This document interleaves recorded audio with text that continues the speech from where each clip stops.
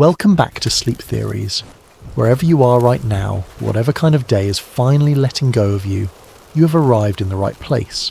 The lights can go low, the phone can go face down.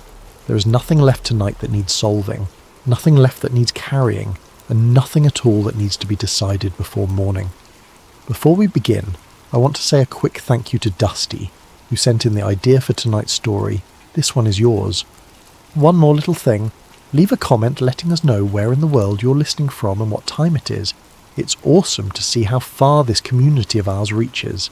Now, tonight's story. On a September morning almost 2.5 centuries ago, when the island had no name that the men standing on it could pronounce properly, and no fort at all, and nothing on the high limestone ridge but juniper and cedar, and a wind that came in off the water without ever seeming to stop. The British had decided to move. Their old fort sat on the mainland, on the southern shore of the straits, and it had begun to feel dangerously exposed.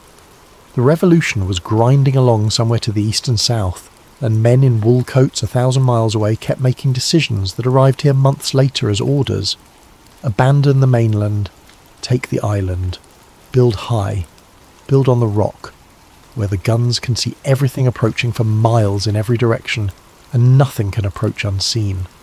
So they came across on rafts and in bateaux through the late summer of 1779 and into 1780, hauling timber and stone and iron and barrels, hauling entire buildings taken apart plank by plank and reassembled on the bluff. It was brutal work. The limestone did not want to be dug, the wind did not stop, and the men who did the digging were mostly not soldiers at all, but labourers and traders and voyageurs who had signed on for wages and rations, and who told each other, in the evenings, that the island had a feeling to it. They all said it differently. Some said the island was watchful, some said it was crowded. One man said the island felt like a room where a conversation had stopped the moment he walked in. Their supervising officer that autumn was a lieutenant named Edmund Carrick. Carrick was 29 years old.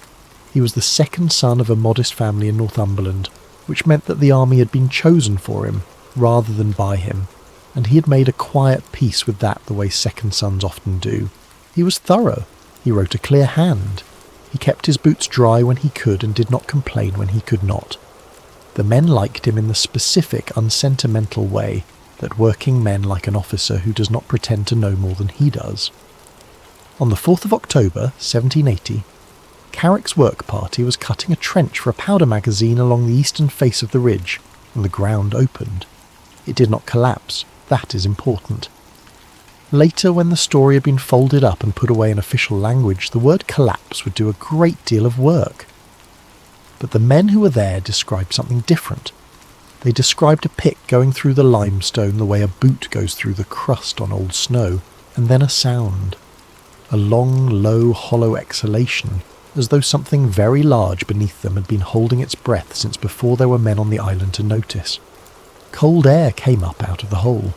In October, on a cold morning, the air coming up from the ground was colder still, and it smelled of wet stone and something faintly metallic, like a coin held too long in the palm. The men stopped working. Nobody had to tell them to. Carrick came up the slope, looked into the opening, and did what a competent officer in 1780 would do. He had a rope brought.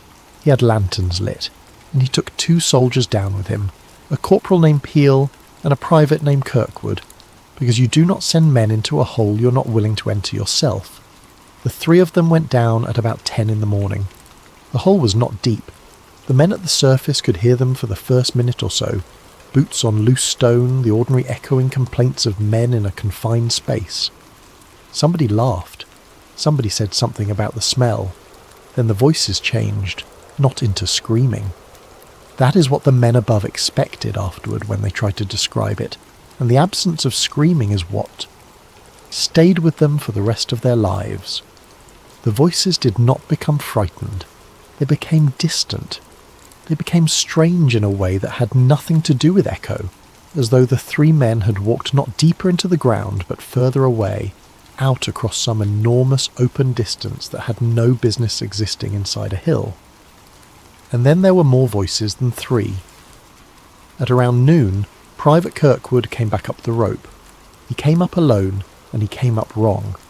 The men who hauled him out said his lantern had gone out and his hands were so cold they could not close, and that when they asked him where the others were, he looked at them the way you would look at somebody speaking a language you had studied years ago and forgotten. He did not answer that day. He did not answer the next day, or the day after that. He never answered at all. Kirkwood lived another 31 years. He left the army, took work as a boatman, and died in the winter of 1811 on the mainland. And in all that time, the only thing he ever said about the hole in the ridge was said once, to a priest, and reported second-hand, and it was this. He said that Lieutenant Carrick had told him to go back up and tell them not to dig any further, and that he had turned around to climb, and that when he looked back over his shoulder to see if the others were following, the two men behind him had been standing in daylight, underground, hundreds of feet from any opening, in full, warm, ordinary daylight, of a kind that Kirkwood said did not match the daylight he came back up into. Carrick and Corporal Peel were never found. Search parties went down twice over the following week. They found a cavity, an irregular natural chamber perhaps 40 feet across, with a narrow passage descending from one side. They found Carrick's lantern, still full of oil, sitting upright on a flat stone as though it had been set down carefully rather than dropped. They found no bodies. They found no blood. They found, according to one search party, a number of marks cut into the passage walls that nobody in the party could identify, and that one of them insisted had not been there on the first descent. On the 11th of October, 1780, the commanding officer ordered the opening sealed, timber and rubble and mortar, and then earth on top of that, and then the powder magazine trench relocated 40 yards to the north, where the rock was solid. The official construction journal for the fort records the event in 6 words. Collapse. 2 men lost. Work continued. But there is a second account. A sergeant of the garrison kept a private letterbook, and in a letter he never sent to a brother in Newcastle, he wrote a single line about that October that has outlived every other thing he ever wrote. He wrote, "There was no collapse." And then, further down the same page, as though he had put the pen down and picked it up again some time later, he wrote, "I have seen the lieutenant twice since we sealed it, and both times he was pointing at my feet." Part 2, The Last Ferry, October 1974. Now come forward almost 200 years, and let the fort go quiet, and let the garrison die of old age one man at a time, and let the flag change twice, and let the island fill up with hotels and fudge shops and bicycles, and then empty again every autumn like a lung. October 1974. Elliot Harland was 31 years old, and he was on the last afternoon ferry of the day, standing outside on the deck instead of sitting inside in the warmth, because he had learned early that the good photographs happen while other people are being comfortable. He was a working photographer, which is a different animal from an artist. He shot buildings mostly, interiors for architecture firms, exteriors for historical societies and preservation trusts, and the occasional glossy magazine that wanted 6 pages on a courthouse. It was unglamorous, and it paid, and it had taken him to 100 small towns where he knew the name of exactly one person, and he had come to like that. A man with a camera and a list of addresses has a reason to be anywhere. The assignment had arrived by mail 3 weeks earlier. A historical preservation society, letterhead and everything, wanted a photographic survey of several structures on Mackinac Island. Exteriors and interiors. Off-season, specifically off-season, because they wanted the buildings without people in them and without the summer light. The fee was better than the job deserved. The letter specified October. It specified that he should stay at least 2 weeks. Harland had read it twice, shrugged, and said yes. The lake that afternoon was the colour of a nickel. The straits were choppy, and the wind came from the northwest with a particular October meanness, and the island came up out of the water ahead of the ferry the way islands do, first as a smudge and then as a shape, and then, all at once, as a place, with a shoreline and a village and a white bluff and the pale walls of a fort standing above it all like something the island had grown, rather than something men had built. He photographed it from the water. He would look at that frame many times later. The dock was almost empty. In July there would have been a crowd here like a train station, luggage and children and the smell of horses and sugar. In the middle of October there were 4 passengers, 2 dock hands, a dray wagon and a dog, and that was the first thing about Mackinac that got underneath Harlan's skin, and it happened within 90 seconds of stepping off the boat. There were no cars. He knew this. Everyone knows this about Mackinac. The island banned the horseless carriage back in the 1890s because the noise frightened the horses, and the ban simply never went away, and so for the better part of a century the island had gone on running on hooves and pedals and human legs. He had read it in the brochure. He had understood it as a charming municipal quirk, a piece of tourist trivia, the sort of thing a place puts on a postcard. What the brochure could not tell him was what it sounds like. It sounds like 1890. That is the only honest way to put it. Standing on the dock with his equipment cases at his feet, Harlan heard iron shoes on wet pavement, and a harness jingling, and a bicycle chain, and wind in rigging and gulls, and a man calling to another man across 60 feet of open air in a completely ordinary voice, because there was nothing in the world loud enough to make him raise it. He had not known, until that moment, how much noise he had been living inside of. He had not known that his whole life had a floor of engine sound under it, a permanent low grinding hum that he had stopped hearing sometime around the age of 6. On Mackinac, somebody had lifted that floor away, and underneath it was a silence so complete and so old that his ears kept reaching down into it, over and over, looking for the bottom. He carried his cases up to the boarding house on Market Street where the society had arranged a room. The woman who ran it, Mrs. Ivers, was in her 60s, grey and brisk and kind in the manner of someone who has been kind professionally for a very long time. She gave him a key, a schedule of when the kitchen would be warm, and a piece of advice. She said, "The fort locks its gates at dusk, but the grounds are open. Nobody will bother you." Then she said, "If you hear anything at night, it is the horses," Harlan said. "All right." Mrs. Ivers looked at him for a moment longer than the sentence needed and said, "No, I mean it. It is the horses. That is what I tell myself, and I recommend it." And she went back to the kitchen. Part 3. The work. For the first 4 days, Mackinac was simply a job, and a good one. Harlan worked the way he always worked, which was early and methodically. He was out before sunrise with a tripod over his shoulder, walking streets so empty that his own footsteps came back to him off the shop fronts.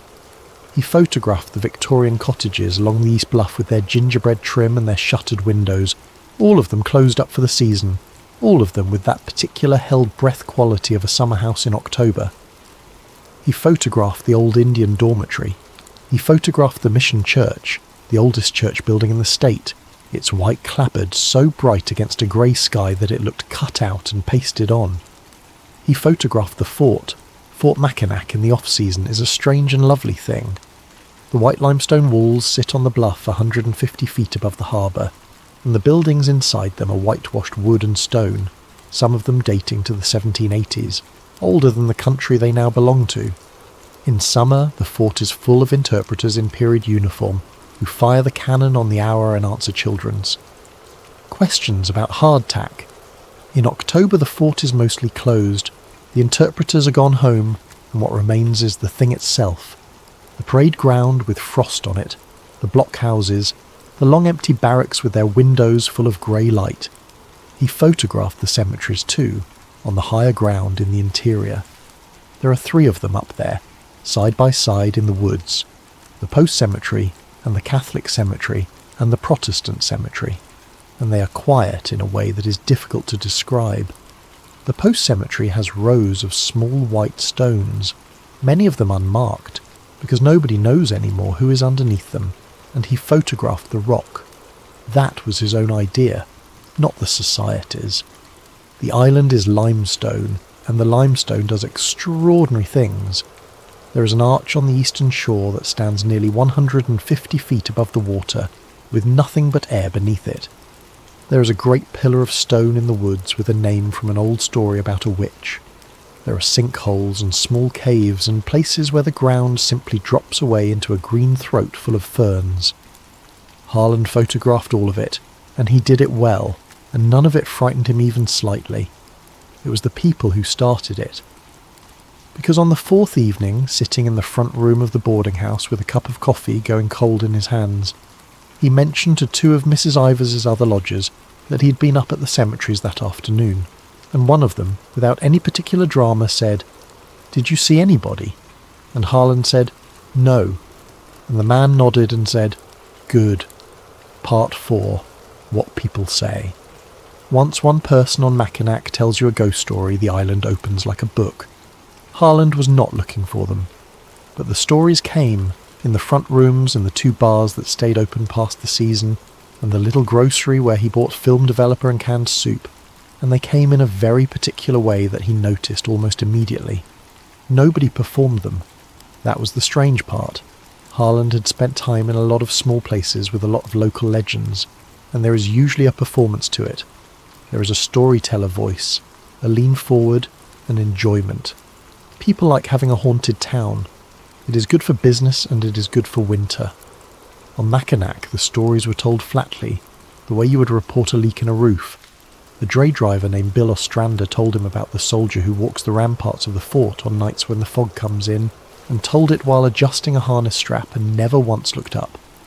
A woman at the grocery told him that her mother and her aunt had both, separately in different decades, heard children laughing inside the Indian dormitory when the building was locked and empty, and she told him this while ringing up his soup. A retired school teacher told him about the woman in the long dress who walks the road out past the airfield after midnight, and mentioned, almost as an afterthought, that the woman does not walk on the road exactly. She walks about 10 inches above it, at the height the road used to be before they graded it in the 20s. Nobody was trying to scare him. That was the thing. They were just telling him where the furniture was. Harland wrote some of it down that week, in the small notebook he kept for shot lists, in the back pages, because he had begun to feel the shape of a personal project forming.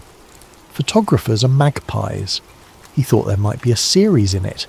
Empty rooms where things are said to happen. He liked that idea.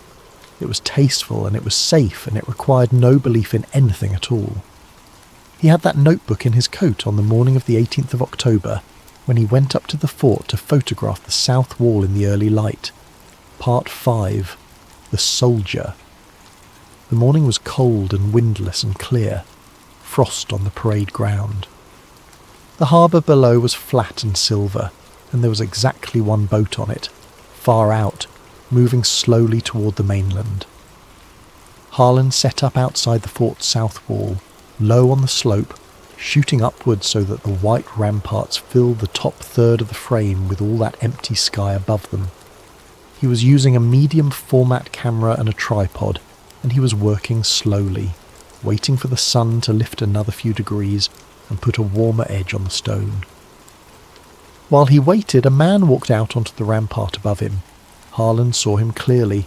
There was nothing hazy or hesitant about it, no glimpse from the corner of the eye. A man in a red coat with white cross belts and a black cap, standing at the wall perhaps 50 feet away and 30 feet above, looking down.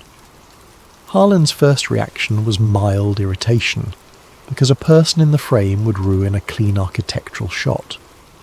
His second reaction was interest, because a person in the frame might make a much better photograph than the one he had planned. He assumed, of course, that the man was an interpreter, a reenactor, somebody from the fort staff who had come in to close up buildings for the winter and had put the uniform on for some reason of his own, or was being photographed by somebody else, or simply liked it. Harland raised a hand and called good morning. The man did not answer. He was looking down, not at Harland's face. Harland was very clear about this afterward. The man on the wall was looking down past Harland, at the frozen ground, at the slope, at something roughly 6 feet in front of Harland's tripod, and then he raised his right arm and pointed at it. Harland took the photograph. It was reflex, nothing more. The shutter on a medium format camera makes a sound like a door closing politely in another room, and in that enormous island silence it was the loudest thing for a mile. He advanced the film and looked up again. The rampart was empty. Now, he was not frightened. Understand that. A man can step back from a wall in 2 seconds. Harlan's eye had been at the viewfinder, then at the film advance, and that is easily 4 or 5 seconds of not looking. The rampart connected to a walkway. The walkway connected to a stair. The stair went down inside the fort. There was nothing remotely impossible about it. He packed up, walked around to the fort's lower entrance, and asked the only person he could find, a maintenance man scraping paint off a window frame, whether anybody was up on the south rampart in uniform this morning. The maintenance man said the interpreters had finished for the season on the 5th of the month. He said the uniforms were locked in the basement of the officers' stone quarters. He said there were 4 people on the entire fort property that morning, including himself and including Harlan, and none of the others were outside. Harlan thanked him and left, and by the time he was halfway down the hill he'd constructed a perfectly reasonable explanation, involving a tourist, an antique shop, and a private hobby. And he stopped thinking about it. He stopped thinking about it for 3 more days, which was how long it took him to get to the developing. Part 6. The Dark Room.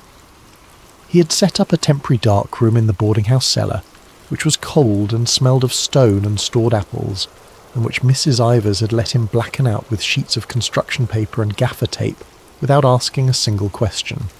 He developed 6 rolls that night. He worked through them in order, and the fort roll came up 4th, and he hung the negatives to dry and went upstairs for coffee and came back down and started making contact sheets, and there it was, 12 frames in. The man on the wall. Harlan got out his loupe. The exposure was good. The focus was good. The man was sharp, sharper than he had any right to be at that distance, and every detail of him was legible. Red coat, white cross belts in an X across the chest, dark facings at the cuffs and collar, a black cap with a plate on the front. A face, thin, dark-browed, perhaps 30 years old, with an expression that Harlan could only describe as urgent, and the arm, raised, pointing down and slightly forward at the ground in front of the camera. Harlan made an 8x10 print. Then, because something in his chest had begun to feel tight in a way he didn't like, he made a 16x20 and pinned it to the cellar wall and stood back and looked at it under the safe light for a long time. 2 things were wrong with the photograph. The first was the shadow. The morning had been clear, the sun low in the southeast, and everything in the frame threw a long hard shadow to the northwest. The wall did. The flagstaff did. A bench inside the fort did. Harlan's own tripod, at the very bottom of the frame, threw a shadow so long it ran out of the picture. The man on the wall threw a shadow too. It fell in the wrong direction. It fell toward the southwest at roughly 90 degrees off from every other shadowing. The photograph, as though the man was standing in a completely different morning, lit by a sun that was in a completely different part of the sky. The second thing was worse, and Harlan did not find it that night. He found it 2 days later, when he took the print out of the drying stack to show somebody and turned it over. On the back of the print, in brown ink, in a cramped 18th century hand with long descenders and an old-fashioned long letter S, 4 words had been written. Do not let them open it. The print had been in a sealed box of photographic paper, which he had opened himself, in a room he had blacked out himself, in a cellar with 1 door that had a hook latch on the inside. He had written nothing on the back. He was certain of that in the way you are certain of your own name, and the ink, when he touched it, was dry and old and slightly raised, and it had faded exactly the way ink fades after 200 years. Part 7. A name. The fort keeps an archive. Most old forts do. It is not glamorous. It is a room with metal shelves and acid-free boxes and a card catalogue and a smell like a library in an attic, and there is usually exactly 1 person alive who knows where anything is in it. At Fort Mackinac in 1974, that person was a historian named Dennis Algren, who was 60, wore a cardigan, and had the specific patience of a man who has spent his working life waiting for somebody to ask him an interesting question. Harland brought him the print. Algren looked at the uniform for a long time. Then he said, "This is very good work." Harland said, "Thank you, but that is not why I brought it." Algren said, "No, I mean the uniform is very good work. This is not a reproduction. Do you see the cut of the coat here, and the way the lapels close, and the cap? This is late 1700s. This is British, and it is the right regiment for this fort, and I could not buy a reproduction this accurate for $1,000. "Where did you find him?" Harland said. "On your south rampart, on the 18th, at about 7:40 in the morning." Algren put the print down. Then he got up, went to a shelf, took down a box and set a sheet of paper on the table beside the photograph. It was a pencil sketch, an amateur portrait foxed and browned, the kind of thing an educated officer with time on his hands might do of a fellow officer on a long winter evening. The label beneath it, in the archive's own modern hand, read Lieutenant E. Carrick, believed 1780. Same thin face, same dark brows, same slightly asymmetrical set of the mouth. Algren said, very quietly, "Well." Then he said, "Carrick disappeared in October of 1780 during construction. There was an excavation accident on the eastern ridge. 2 men were lost. It is one of the oldest stories on this island," Harland said. "What happened to them?" Algren said, "Officially, a collapse." He tapped the sketch with one finger. "Unofficially," he said, "I have 3 separate accounts in this room that say there was no collapse, and I have never published a word about it, and I am not going to, and I would appreciate it if you did not either." Harland asked why. Algren said, "Because I have worked here for 22 years and I have seen him twice, and both times he was pointing at the ground, and I have made my peace with not knowing." Part 8. Footsteps. That night Harland woke at 10 minutes past 2. He knew the time because the first thing he did was reach for his watch on the nightstand and turn its face toward the window, out of the ordinary human need to give a moment a number so it cannot get away from you. What woke him were footsteps, not on the stairs, not in the hall, outside on Market Street directly below his window, and slow. Boots, heavy-soled boots, hobnailed, on a road surface that made a hard flat sound, and something else with them, a soft creak of leather with each step, the sound a loaded belt makes. Harland lay still and listened and told himself, first, that it was a dray horse. Then he told himself that it was a person walking, because people are permitted to walk at 2 in the morning. Then he told himself that it was the wind, which was not true, because there was no wind that night at all. The footsteps stopped, directly beneath his window. Harland got up. The floorboards were freezing. He went to the glass and looked down at Market Street, which was lit by 2 lamps, 100 feet apart and by a moon just past full. A man in a red coat was standing in the middle of the road looking up at him. He was perfectly solid. He cast a shadow, and the shadow lay in the wrong direction, and Harland's mind noted this with the flat efficiency of a man reading a light meter. The soldier's face was upturned, and his expression was the same as it had been in the photograph, which Harland now had a word for, and the word was not menace. The word was insistence. The soldier raised his arm and pointed at the ground. Then he turned and began walking north, up the road, away from the harbour, and toward the interior of the island. And Harland, who did not believe in ghosts, who had never in his life done a single reckless thing, put his coat on over his pyjamas and his boots on over his bare feet, and went out into the October night to follow a dead man. He would think about that decision for the rest of his life. He never entirely explained it, not to the people who eventually asked him official questions, and not to himself.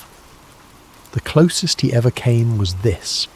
He said that when the soldier pointed at the ground, it did not feel like a warning aimed at him. It felt like a man asking for help in the only 3 gestures he had left.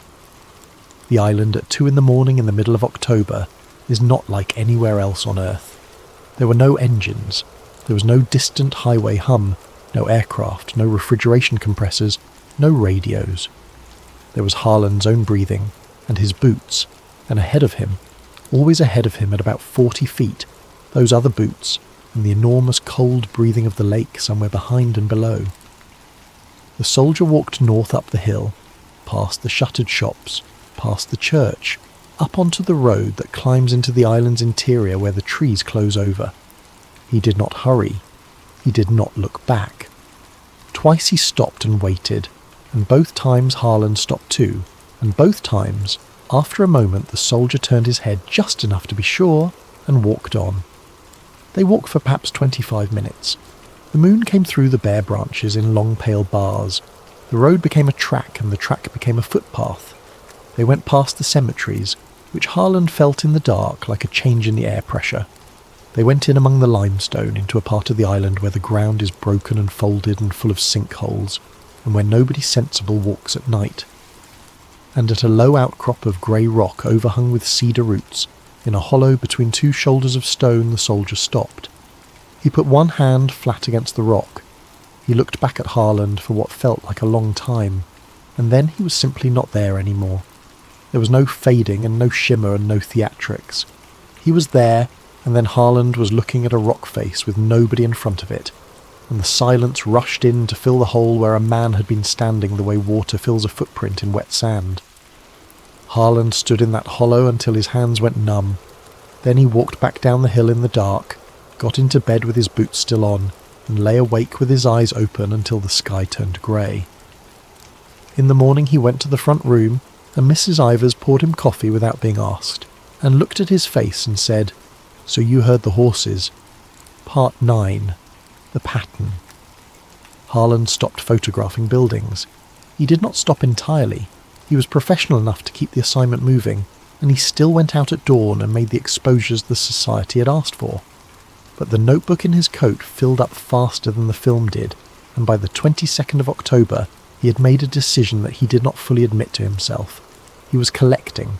He talked to everybody who would talk to him. Dray drivers, hotel caretakers closing up the big buildings for the winter, the two men who maintained the fort, the doctor, the two teachers, a ferry engineer who had grown up on the island and had opinions about all of it, a priest, a woman who had cleaned rooms in the Grand Hotel for 31 years. He expected chaos. That is the thing about ghost stories, and Harlan knew it, because everyone knows it instinctively. Ghost stories are supposed to be a mess. Some are shadows, some are cold spots, some are voices, some are dreams. They contradict each other. They inflate. They borrow from films. In a place with a haunted reputation, you should be able to collect 40 accounts and find 40 different things. Mackinac did not do that. What Harlan found over 11 days was consistency, and the consistency was worse than chaos would have been. There were, as far as he could tell, somewhere between 9 and 15 recurring figures on the island, and they appeared in specific places, and they appeared doing specific things, and they had been doing so for as long as anyone could document. The soldier at the fort, red coat, pointing at the ground, reported in the 1840s, reported in 1891, reported in 1912, 1936, 1958, and by Dennis Algren twice in the last 22 years.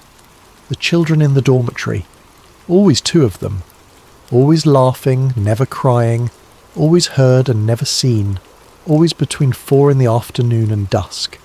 The woman on the road past the airfield, walking 10 inches above the modern grade. A man in a heavy coat who stands at the shoreline near the eastern arch and looks out at the water, and who has been described in identical terms since at least 1870. A cook, a dray horse with no driver, a girl on the stairs of a house on the East Bluff who says the same 11 words to everyone who sees her, in an accent nobody can place. And here is what stopped Harlan's breath in the front room of the boarding house at 11 o'clock at night, with his notebook open on his knee. The witnesses were describing injuries, not dramatic ones, not theatrical ghost story wounds. A woman in 1891 had described the soldier at the fort as having a bad left hand, the fingers curled, holding it against his chest. Dennis Algren in 1963 had said the same thing without ever having read that account, because that account was in a private letter that Harland found in a box that Algren had never opened. The man at the shoreline has a scar or a burn along the right side of his jaw. Reported in 1870. Reported in 1949. The girl on the stairs is missing the tip of one finger. These were not spirits drifting through the general fog of local memory. These were people.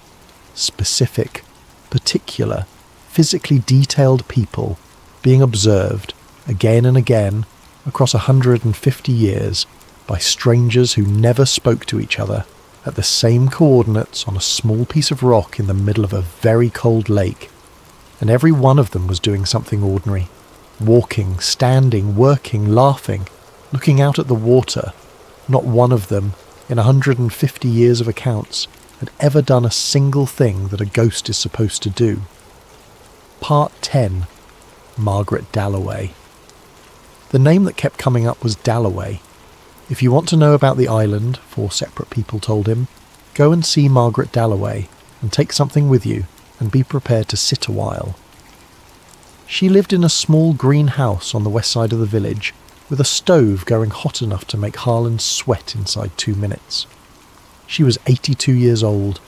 Her family had been on Mackinac since the 1830s, in fishing, and then in freight, and then in nothing in particular, which is what most old island families end up in. Harland brought a box of pastries and a bottle of good sherry, which turned out to be the correct offering. She let him talk for the first half hour. She did not interrupt once. When he finally ran out, having laid the whole thing on her kitchen table, the photograph and the sketch and the footsteps and the hollow in the rock, Margaret Dalloway poured herself a small glass and said something that Harland wrote down that night word for word and carried with him for the rest of his life. She said, "Everyone thinks this island is haunted because so many people died here." She said, "That is not why." Harland asked her why then, and Margaret Dalloway said, "It is because they never finished leaving." Harland said he did not understand. She said, "No, nobody does at first.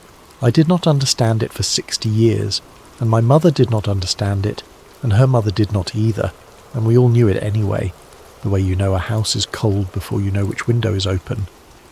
Then she said, "You have been thinking about them as dead people who stayed. Try thinking about them as living people who are somewhere else," Harland said. "Somewhere else where?"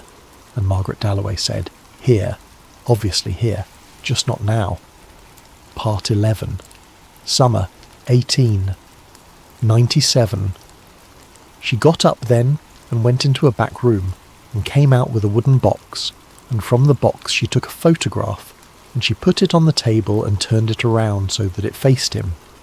It was an albumen print, mounted on card, browned at the corners, about 6 inches by 8.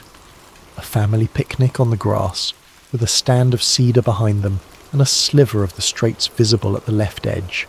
11 people, women in white summer dresses with enormous sleeves, men in waistcoats, a boy holding a cricket bat for reasons lost to history, a cloth spread on the ground with a cake on it. Margaret pointed at a girl of about 5 sitting at the front with her chin up.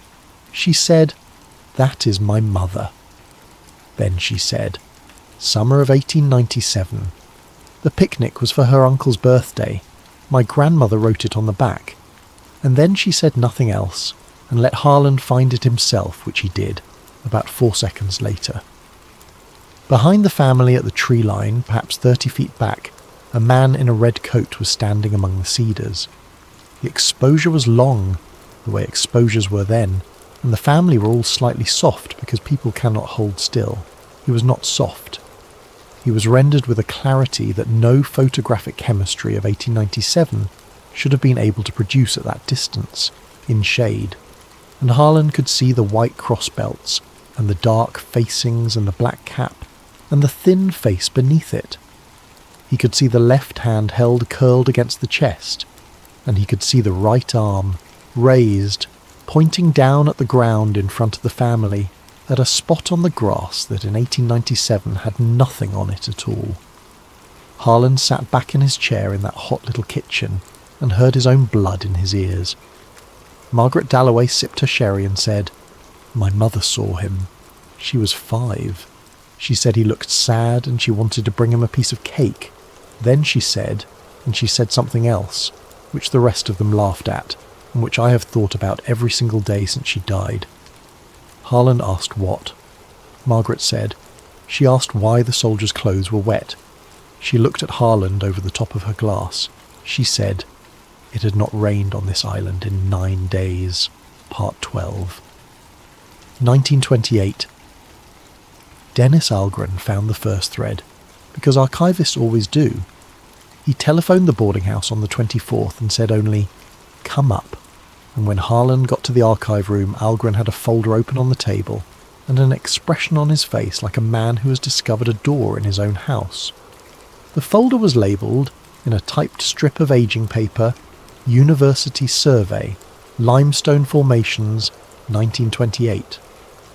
Algren said, "I have had this on the shelf for 2 decades. I have never once opened it. Do you know why? Because it is a geology survey and I'm not a geologist." Then he said, "It is not a geology survey." In the summer of 1928, a physicist from the University of Michigan named Franklin Ormond had come to Mackinac Island for 6 weeks. His stated purpose, published in the local paper and recorded in the fort's own visitor log, was a study of magnetic anomalies in the island's limestone strata, an entirely respectable and entirely boring line of research that nobody asked him a single question about. The folder contained his correspondence with the fort commandant, requesting access to the grounds at night. It contained requisition slips for equipment that had nothing to do with rock, sensitive galvanometers, 4 separate chronometers of different manufacture which he asked to be run simultaneously, photographic plates in quantities that a geologist would never need, a gramophone recording apparatus, and it contained 23 pages of notes. They read them together, standing up for 2 hours, and neither of them sat down. Ormond had recorded in a small, precise hand with a fountain pen the following: compass deviation of up to 11 degrees at 3 specific locations on the island's interior, none of which corresponded to any known iron deposit, and all 3 of which shifted positions slightly over the course of the 6 weeks. He noted this last fact twice, with an underline, because a magnetic anomaly is not supposed to move. Temperature drops, not the vague chills of ghost stories, but measured drops, recorded with 3 thermometers at once to rule out instrument failure, of as much as 9 degrees Fahrenheit inside a space of 4 feet, sustained for periods of between 40 seconds and 6 minutes, with no air movement. Chronometers disagreeing. 4 chronometers, all of them running correctly against each other for weeks at a time, and then, on 11 separate occasions, 1 or 2 of them losing time, not stopping, losing. On the night of the 19th of July, 1928, the chronometer Ormond carried in his coat lost 4 minutes and 22 seconds, while he stood at a limestone outcrop in the island's interior, while the chronometer left in his room on the same street lost nothing at all. Photographic anomalies. Ormond exposed plates at the fort and in the interior, and on 9 plates he found figures that had not been present to the eye. In every case, he noted, the figures were lit from a direction inconsistent with the ambient light, and voices. Ormond's gramophone apparatus recorded on the night of the 2nd of August 1928 at a location he identifies only as Site 3, a period of 8 minutes during which the wax cylinder captured what he described as a great number of human voices speaking simultaneously in what appear to be several languages, at least one of which is not English, French, or any native language known to my guide. Ormond noted that he heard nothing at all while standing there. The recording caught it. His ears did not. Algren turned the last page over. There was nothing on it. The note stopped mid-sentence on the 23rd page, on the 6th of August, in the middle of a description of instrument placement, and the sentence ended with the word "and." Ormond had left the island on the 8th of August, 1928, 4 days before his lease on the equipment expired, and 11 days before his survey was scheduled to conclude. He never published. He never returned. He resigned his position at the university in the spring of 1929 and spent the rest of his career, which lasted until his death in 1951, teaching undergraduate mechanics at a small college in Ohio and publishing nothing whatsoever. Algren said, "There was a notebook. Look at the folder." Inside the front cover of the folder, someone had written, in pencil, in a different hand, Volume 2 held separately. There was no Volume 2, Part 13, the missing notebook. It took Harlan 9 days and 4 telephone calls and a trip he did not want to take, and this is the part of the story that has the least atmosphere in it, and mattered the most. Franklin Ormond had no children. He had a sister, who had died in 1966, whose daughter was alive and 63 and living in Grand Rapids, and entirely willing to talk to a polite young man about her great-uncle, whom she remembered as a sad, gentle person who would not have a clock in the house. She said that again when Harlan asked her to repeat it, because he thought he had misheard. She said, "No clocks, not one. Not a wristwatch, not a mantel clock, nothing. He would ask you the time and then he would ask somebody else, and if the two of you disagreed by even a minute, he would go very quiet and leave the room. She had 4 boxes of his papers in a basement. Harlan went through them on her kitchen floor over the course of a single long afternoon, with the woman bringing him coffee and occasionally reading something over his shoulder, and he found lecture notes and tax records and a great many unremarkable letters, and in the 4th box he found an empty leather folder with a strap. Empty! Entirely empty, except that the leather had a shape pressed into it, the way leather does after 50 years of holding the same object, and the shape was a notebook. And loose in the bottom of the folder, folded once, was a single sheet of paper in Ormond's small, precise hand. It said this: "I have removed Volume 2 from this folder, and I will not say where it is. If it is found after my death, it should be burned without being read by someone who does not read English." I am aware of how this instruction sounds. I will record here only the conclusion, in case the rest is lost, because someone will eventually go back to that island with better instruments than mine, and they should have the courtesy of a warning. The apparitions are not deceased. Harlan read it 4 times. Then he sat on the floor of a stranger's kitchen in Grand Rapids with a cold cup of coffee beside him, and felt the entire architecture of the thing turn over, the way a shape turns over in one of those drawings that is a vase and then 2 faces and then a vase again, and can never be only a vase for you ever again. Because if you take the apparitions of Mackinac Island, and you remove the single assumption that everyone from the 18th century onward has automatically applied to them, the assumption that they are dead, then everything Harlan had collected in 11 days stopped being ghost stories. They started being sightings. People walking, people working, people standing at the water looking at the water, people with injuries and habits and particular curled hands, seen repeatedly in the same places, doing ordinary things, cast in light from the wrong direction, wearing clothes wet with rain that had not fallen. Not spirits lingering, just people. Living, breathing, entirely alive people. Being seen from the wrong century.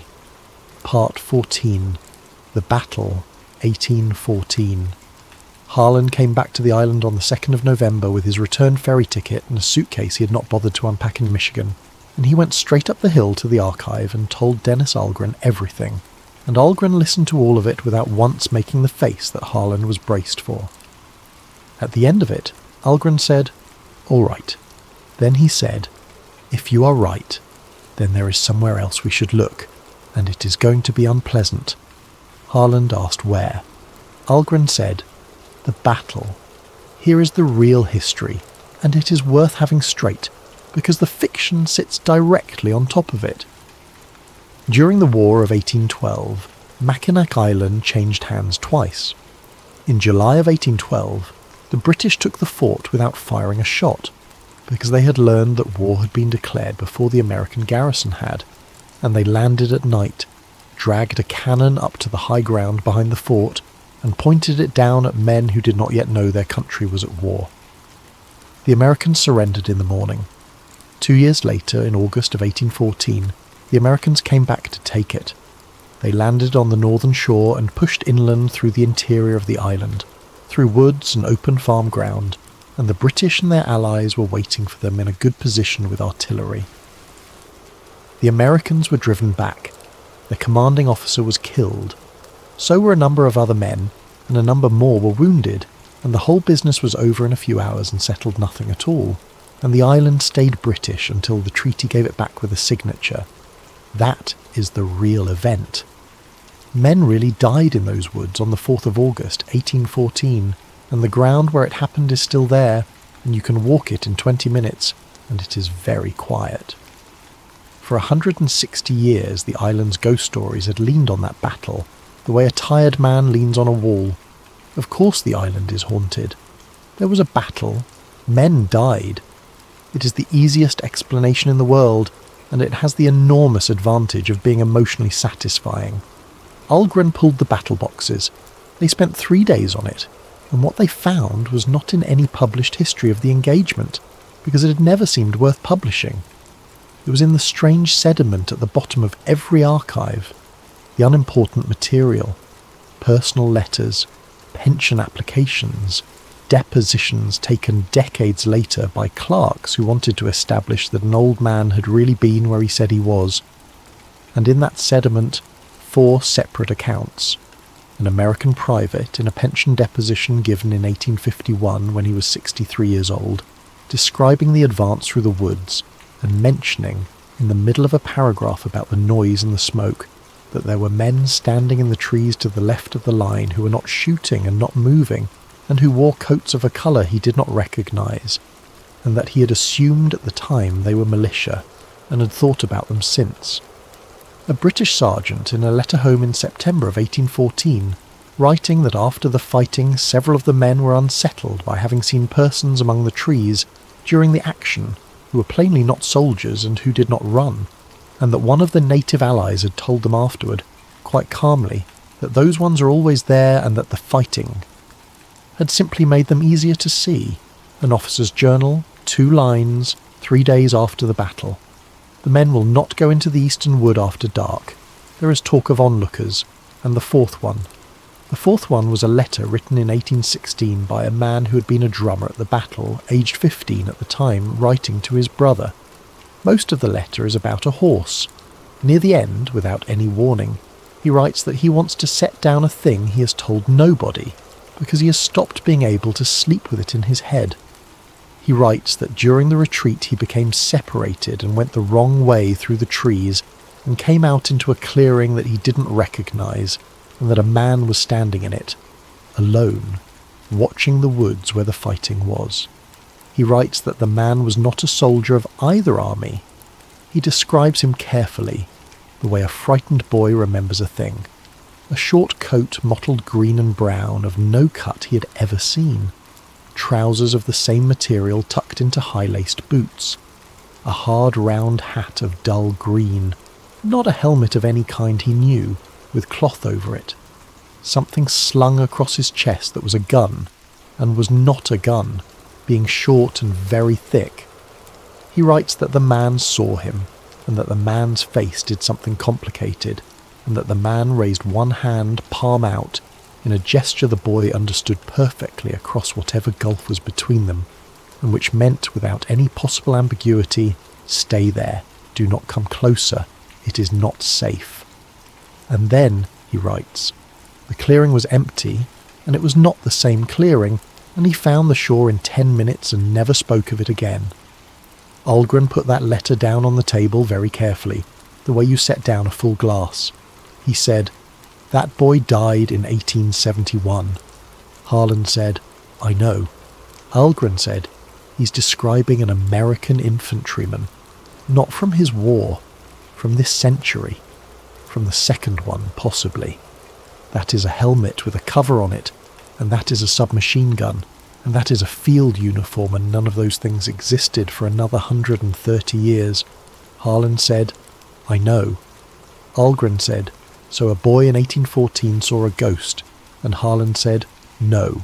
He said, "A boy in 1814 saw a man who had not been born yet." Part 15. The wrong theory. And there it was. The whole thing, turned over, the vase and the two faces. Mackinac Island was not haunted. Not in the way anybody meant the word. Think of what a haunting is supposed to be. A haunting is a story about time only going one direction.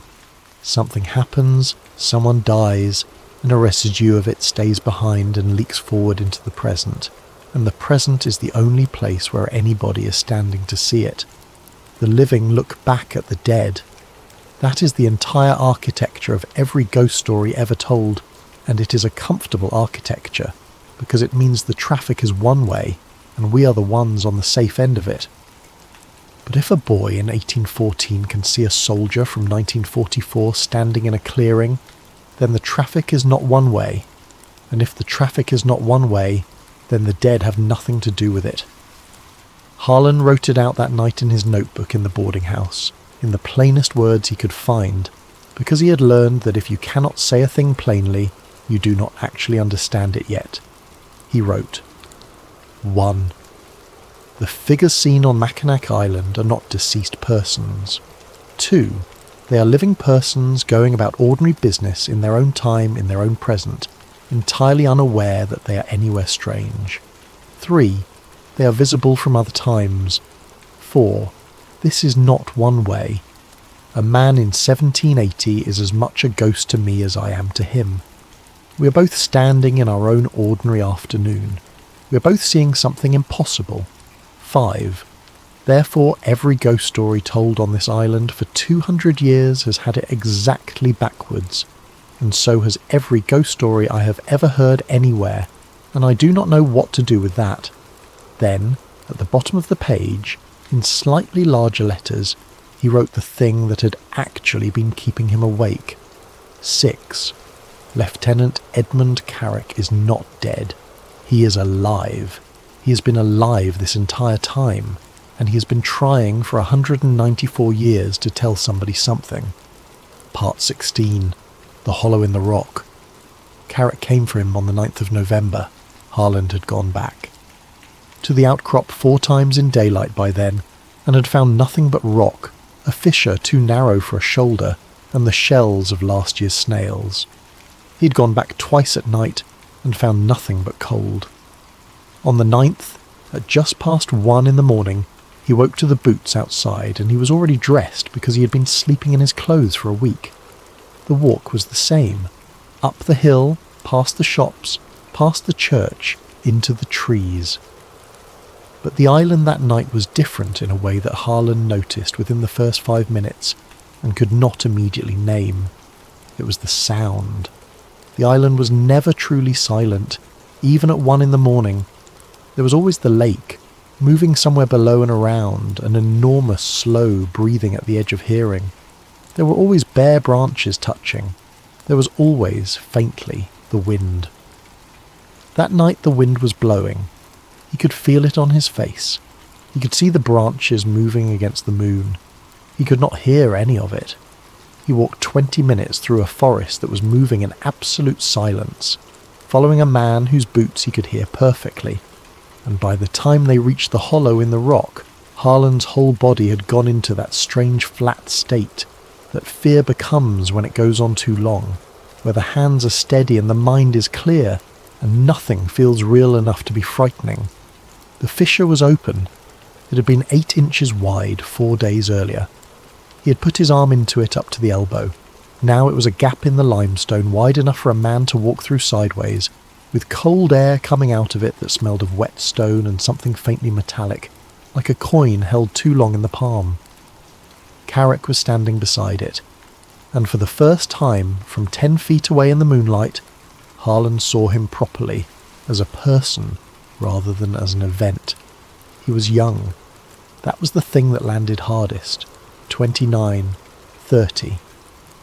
His face was tired in the specific way of a man who's been awake for a long time, and his uniform was worn at the cuffs, and his left hand was curled against his chest with the fingers half closed, and there was fresh mud on his boots. He was breathing. Harlan could see it. Not steam in the cold air, because there was no steam, but the rise and fall of a chest. Carrick looked at Harlan and pointed at the opening. and then, very deliberately, held up his good hand with the fingers spread. 5, then 4, then 3. Harland understood him perfectly and did not want to. He said, out loud, into the silence, "That is not very long." And Carrick, who could not possibly have heard him, nodded. Part 17. Down. Harland had a flashlight, a Zippo, a camera, and 36 exposures. The passage went in level for about 40 feet, and then began to descend, and the descent was not natural. That was clear within the first 5 minutes. Natural limestone passages are made by water, and they behave like water, wandering, widening, choking down, following the seams. This one wandered for the first 100 feet the way any cave does, and then it straightened. And then there were steps. They were shallow and enormously worn, cut into the stone, each one dished in the middle where thousands of feet had passed. Harland photographed them. He photographed the walls too, because the walls had marks on them. The first marks were British military. Broad arrow property marks, a date, a set of initials, all cut with a chisel by somebody who had time and orders. 1780. And below that, in a rougher hand, a name, E. Carrick. 50 feet lower, the marks changed. American, and much later. Painted numbers, stenciled, of the kind used to label cable runs and survey points. A line of conduit clipped to the wall with modern anchors, the cable long since removed, the clips left behind. A rusted iron ring, a wooden crate, collapsed, with a stencil on the one surviving panel that read, in part, property of US government, and a second line that Harland photographed twice and could not read in the dark. And below that, the marks changed again. Harland stopped and stood with the flashlight in both hands for a long time, at a place where the passage widened into a small landing, looking at the wall. The carvings there were deep and smooth-edged and very old. They were not letters. They were not any script that Harland recognised, and he had photographed enough museums to recognise a great many.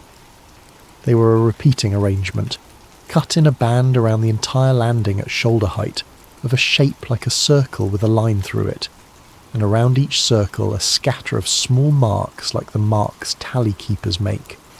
They were worn. That was what stopped him.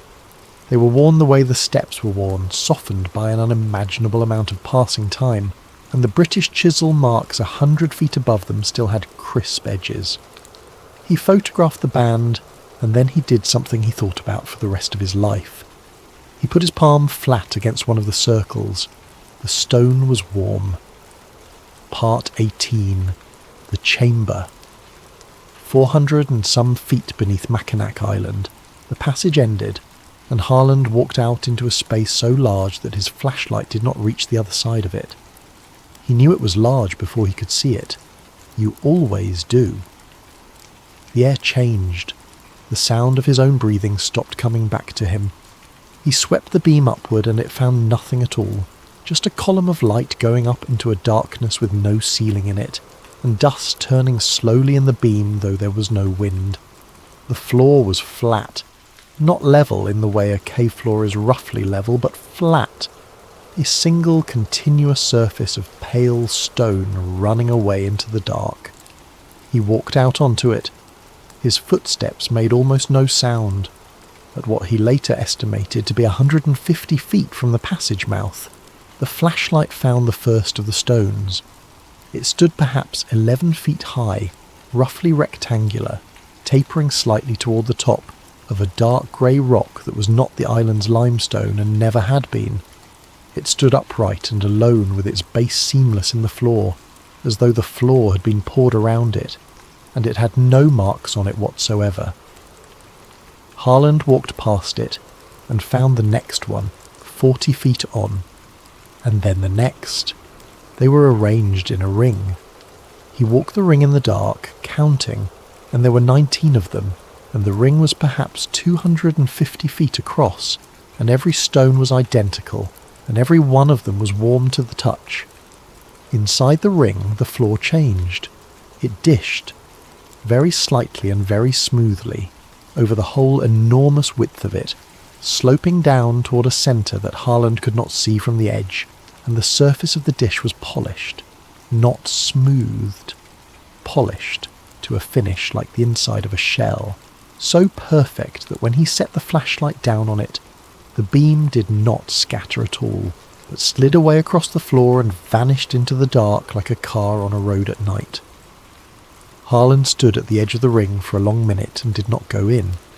Then he looked at his watch, because it was the sort of thing a person does when they need a number to hold on to. The second hand was not moving. He shook it. He held it to his ear. Nothing. It was a good watch, an Omega his father had given him, and it had never stopped in 11 years, and the hand stood at 90 minutes past 2 and did not move. And then, on the strap across his chest, his camera advanced its own film. He felt the mechanism turn. He heard the little ratcheting click of the wind lever, and then a second one, and then the shutter fired, on its own, in the dark, at nothing.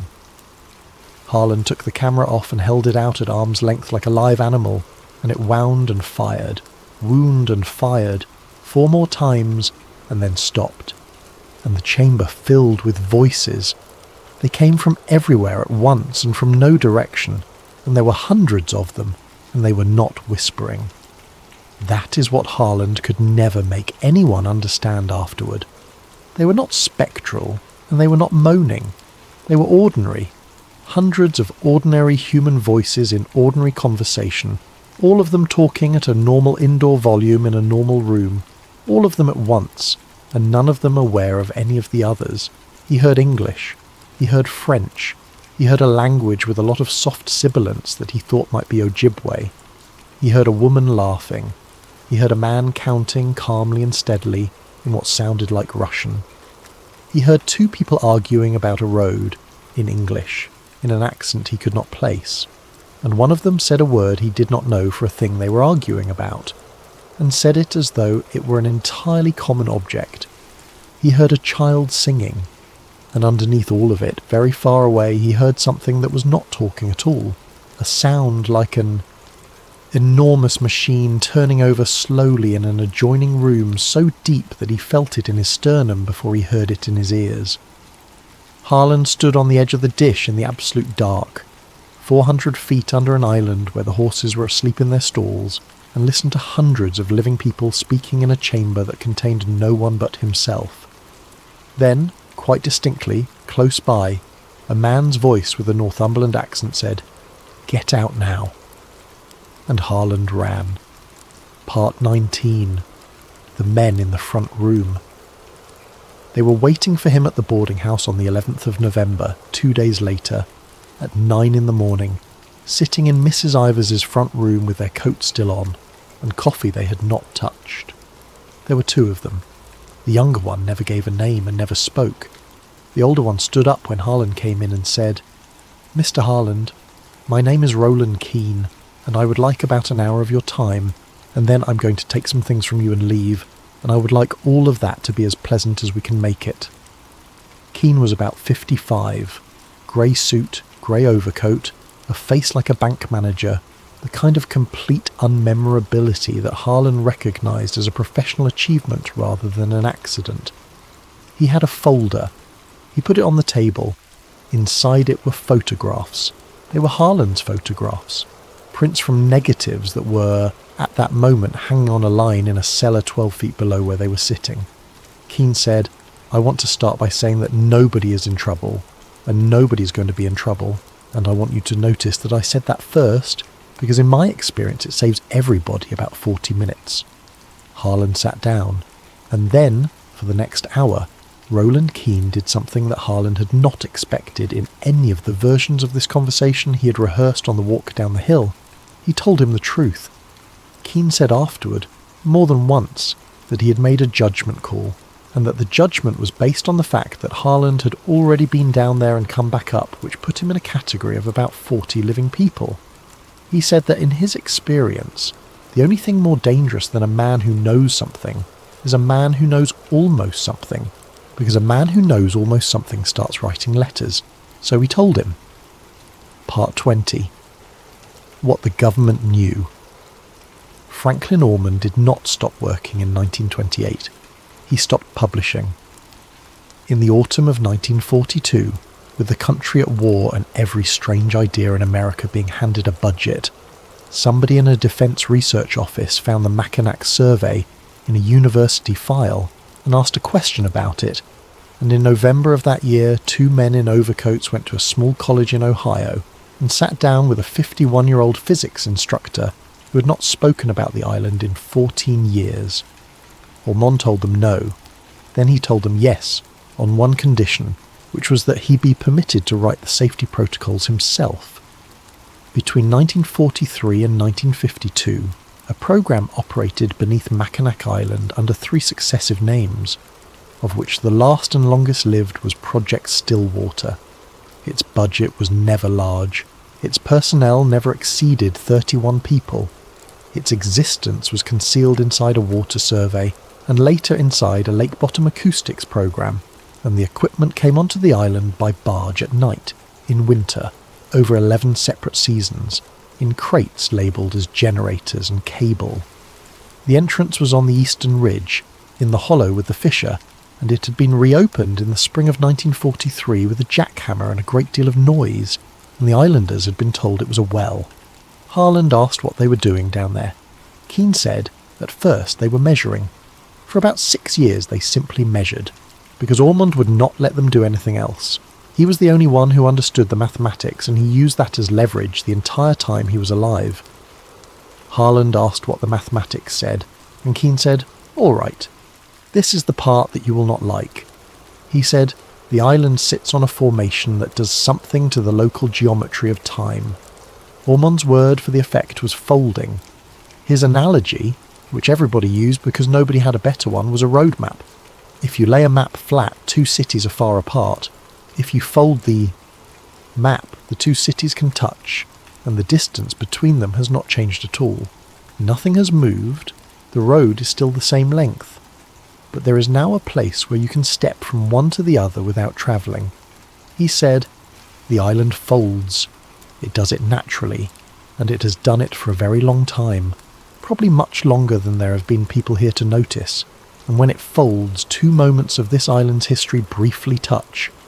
Not the whole world, just this rock and the air over it, and about 2 miles of water around it."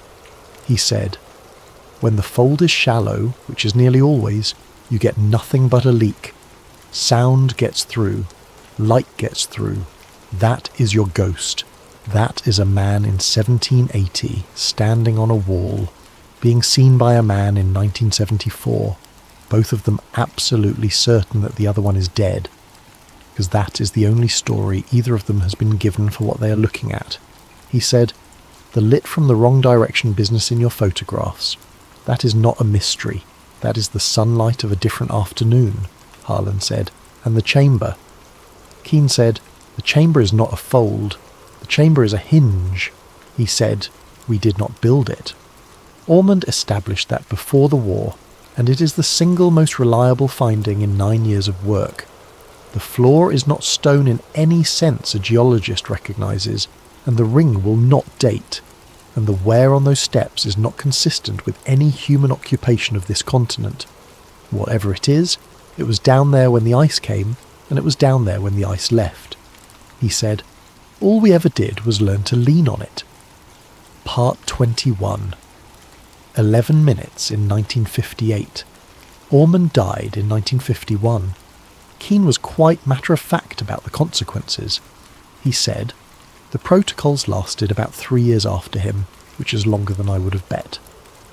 In 1956, the programme was reconstituted under a new director with better equipment, and a mandate that had changed in a way that made everybody involved slightly drunk with it. "Because think about what this is," Keane said. "Forget weapons. Forget everything you are imagining. This is not a weapon, and it never could be. This is something better and stranger than that. This is a window. Every single thing we know about the past," he said, "we know from something a human being wrote down, and human beings lie and forget and flatter and burn the papers. every treaty, every battle, every conversation in every locked room in history. All of it comes to us through a filter of somebody's memory and somebody's interest. Now imagine you can simply look, not travel. Nobody was ever mad enough to talk seriously about travel. Just look, open a window at a place and a moment, and watch it happen with your own eyes, and take a photograph of it, and close the window. That was the goal. That was the whole of it. Project Stillwater existed to build a window into the past, and on the 22nd of March 1958, at 11 minutes past 4 in the morning, it worked. They opened a fold of approximately 70 years. For 11 minutes, standing at the edge of the ring in 1958, 31 men and women watched the chamber as it had existed in 1888. Keane said, "I have read the transcripts perhaps 40 times. He said, it was underwhelming, which is the detail that convinces me it is true. There was nothing dramatic to see.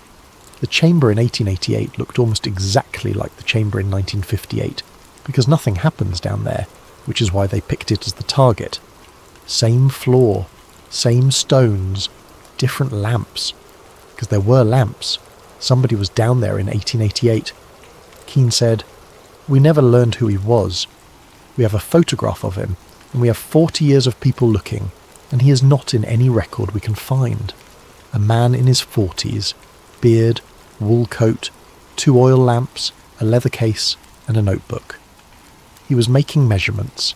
He had a plumb line and a folded rule, and he was working his way around the inside of the ring, and by the pace of it he had been doing it for some time and expected to be doing it for some time more. He said, so this man in 1888, who nobody on Earth remembers, is standing 400 feet under an island doing very careful science on a thing that nobody in his century is supposed to know exists. And in the 8th minute he looked up.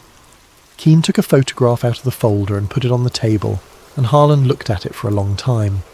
A man with a beard, in a heavy wool coat, standing on a polished floor, holding a plumb line in one hand. Looking directly into the camera.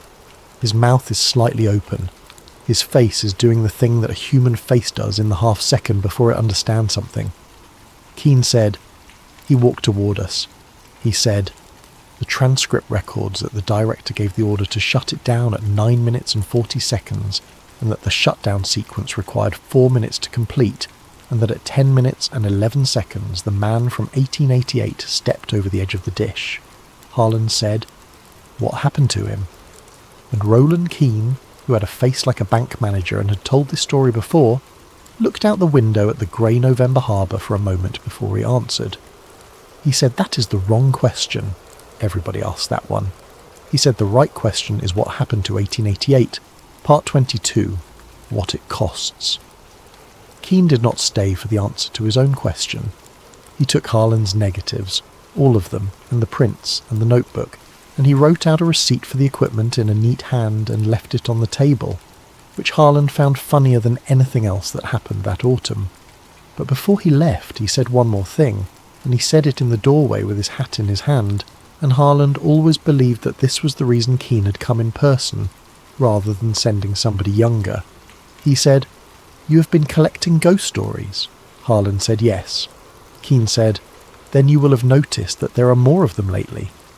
And Harlan, standing in a cold front room in a 100-year-old house, felt the floor go out from under a thing he'd been not quite looking at for 3 weeks.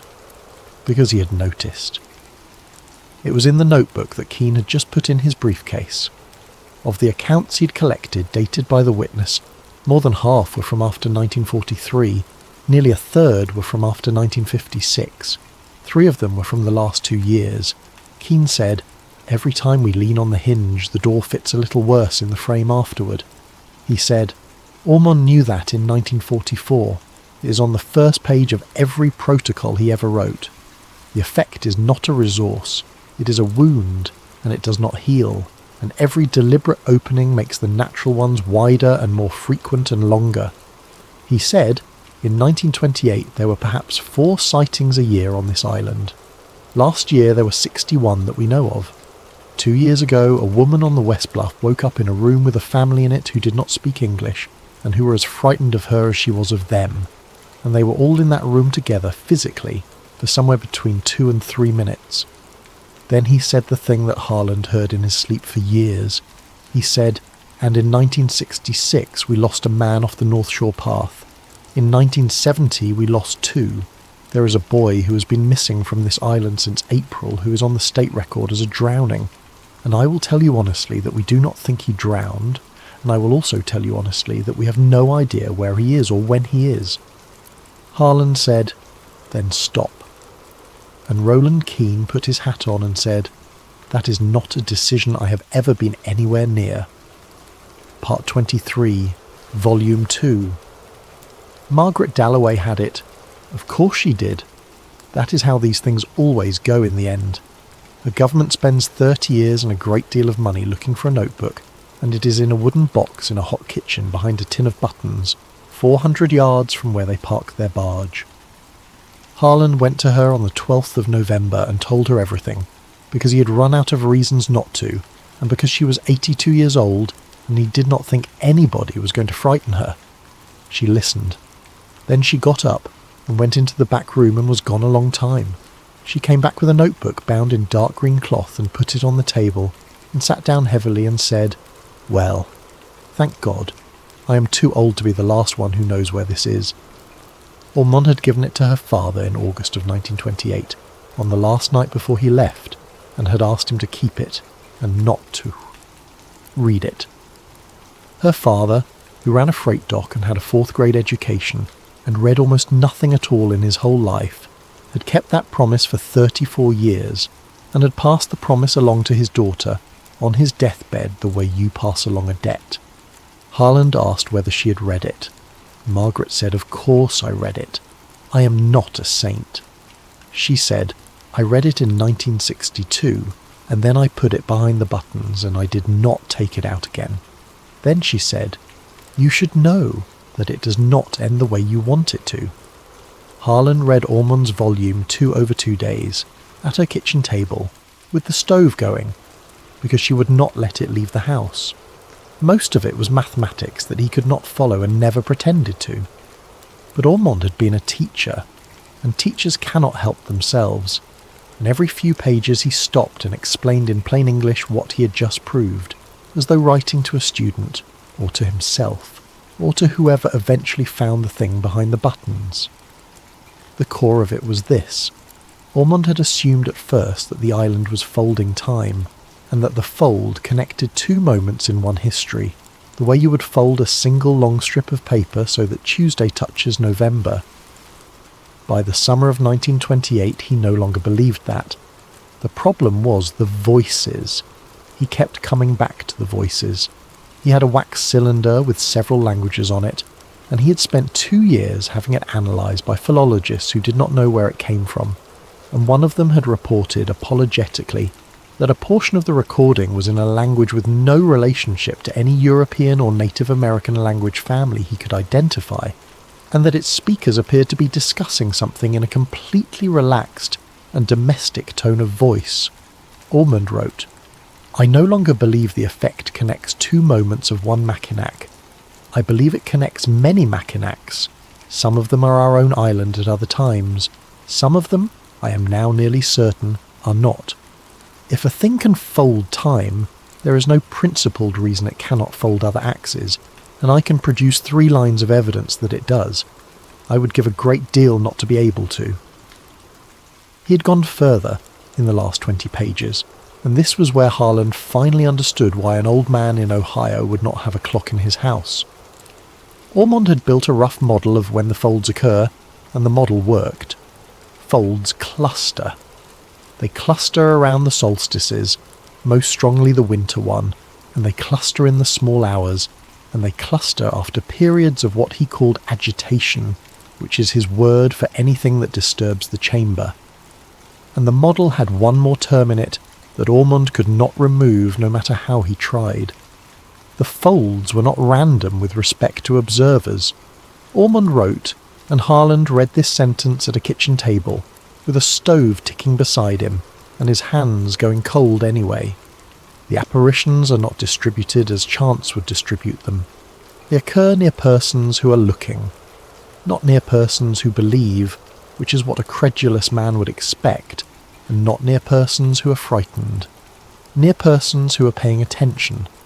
I have considered every explanation available to me. The one that fits the data is the one I refuse to write down as a conclusion, so I will write it as a question and leave it for whoever comes next. Is it possible that the effect is not merely a property of the rock? Is it possible that something on the other side of it is choosing? Part 24. Carrick. Harland saw Carrick properly, finally, on the night of the 19th of December. Not through a window, not at 40 feet in the dark. Properly in a lit room, close enough to touch, though neither of them tried. It happened in the old stable at the back of the boarding house lot, where Harland had gone at about 11 at night to get out of the house, and where he had gotten into the habit of sitting on a bale with a cigarette because the horses were warm and did not want anything from him. The lamp went yellow. That was the first thing. The light did not dim, it changed colour, sliding down toward the colour of an oil flame, and every sound in the building stopped at once, including the horses, and the air came up warm and smelled of tallow and wet wool and hot iron. And Lieutenant Edmund Carrick was sitting on a bale 8 feet away with his elbows on his knees, looking at him. Neither of them moved for what Harland estimated later at nearly a minute. Then Carrick said, in a Northumberland accent so thick that Harland had to lean in and rebuild half of it afterward from memory, "Can you hear me then?" And Harland said, "Yes." Carrick put his face in his hands. They had, by Harland's estimate, somewhere between 20 and 25 minutes, and they did not waste any of it. Here is what Carrick told him. From Carrick's side, it had been 9 days. 9 days since he'd gone down a rope into a hole on the eastern ridge with Peel and Kirkwood, and come to a place where the passage straightened and the steps began, and gone further than he should have, because he was a thorough man, and thoroughness is a kind of appetite. 9 days of walking on a polished floor in the dark and finding his way out into an island that was never the same island twice. He had been out, he said, perhaps 40 times. Sometimes it was 1780 and the fort was half built and he could see his own men working, and no one could see him, and once he had stood 4 feet from his own commanding officer and shouted himself hoarse. Sometimes it was summer, and there were women in white dresses on the grass with a cake. Sometimes it was a village he did not recognise at all, full of buildings the wrong height, with lights in them that did not flicker. He said, "I have not slept. Do you understand me? Not once. I have sat down and closed my eyes and opened them and been somewhere else, but I have not slept in 9 days, and I am not hungry, and I do not grow a beard." He said, "I think the place is holding me the way a man holds his thumb on a page." Harland asked why he pointed at the ground, and Carrick laughed, and it was a terrible sound, and he said, "Because it is the only word I have." He said, "No one hears me. In nearly 200 of your years, sir, 4 people have heard me speak, and you are the 4th. So I point at the floor, I point at what is under them. It is the only sentence I can make." Harland asked what he was trying to say. Carrick sat up straight then. He was a soldier, and he had been carrying an order for a very long time, and he delivered it like one. He said, "Tell them not to open it." He said, "I have watched them do it. 1943, 1946, 1958, which was the worst, and I was standing 11 feet from a man in a wool coat when he stepped over, and I could not stop him. Every time they lean on it, more of us come loose. I have met a woman from a year that has 3 numbers in it that I cannot read. I have met a boy who is looking for his mother, and he has been looking for what he says is a fortnight, and he has been looking since April." He said, "And there is something else down there." Harland asked what, and Carrick was quiet for a moment and then said, "I do not know, but I know that when I walk on that floor something knows where I am, and I know that in 9 days it has never once let me go anywhere useless." Then he said, "They are going to do it again, soon. There are men down there now with cable." He stood up. He said, "The solstice is the worst night. It is always worse then. Whatever they are planning, they will do it then, because their instruments will tell them it is easy, and their instruments are right, and that is exactly why they should not." The lamp began to go white, and Lieutenant Edmund Carrick said, "One last thing, quickly. If you are able to shut it, shut it." Do not wait for me to be on the right side of it. I have been out here 9 days and 200 years, and I do not think I am owed a way home. I think I am owed a door that stays closed."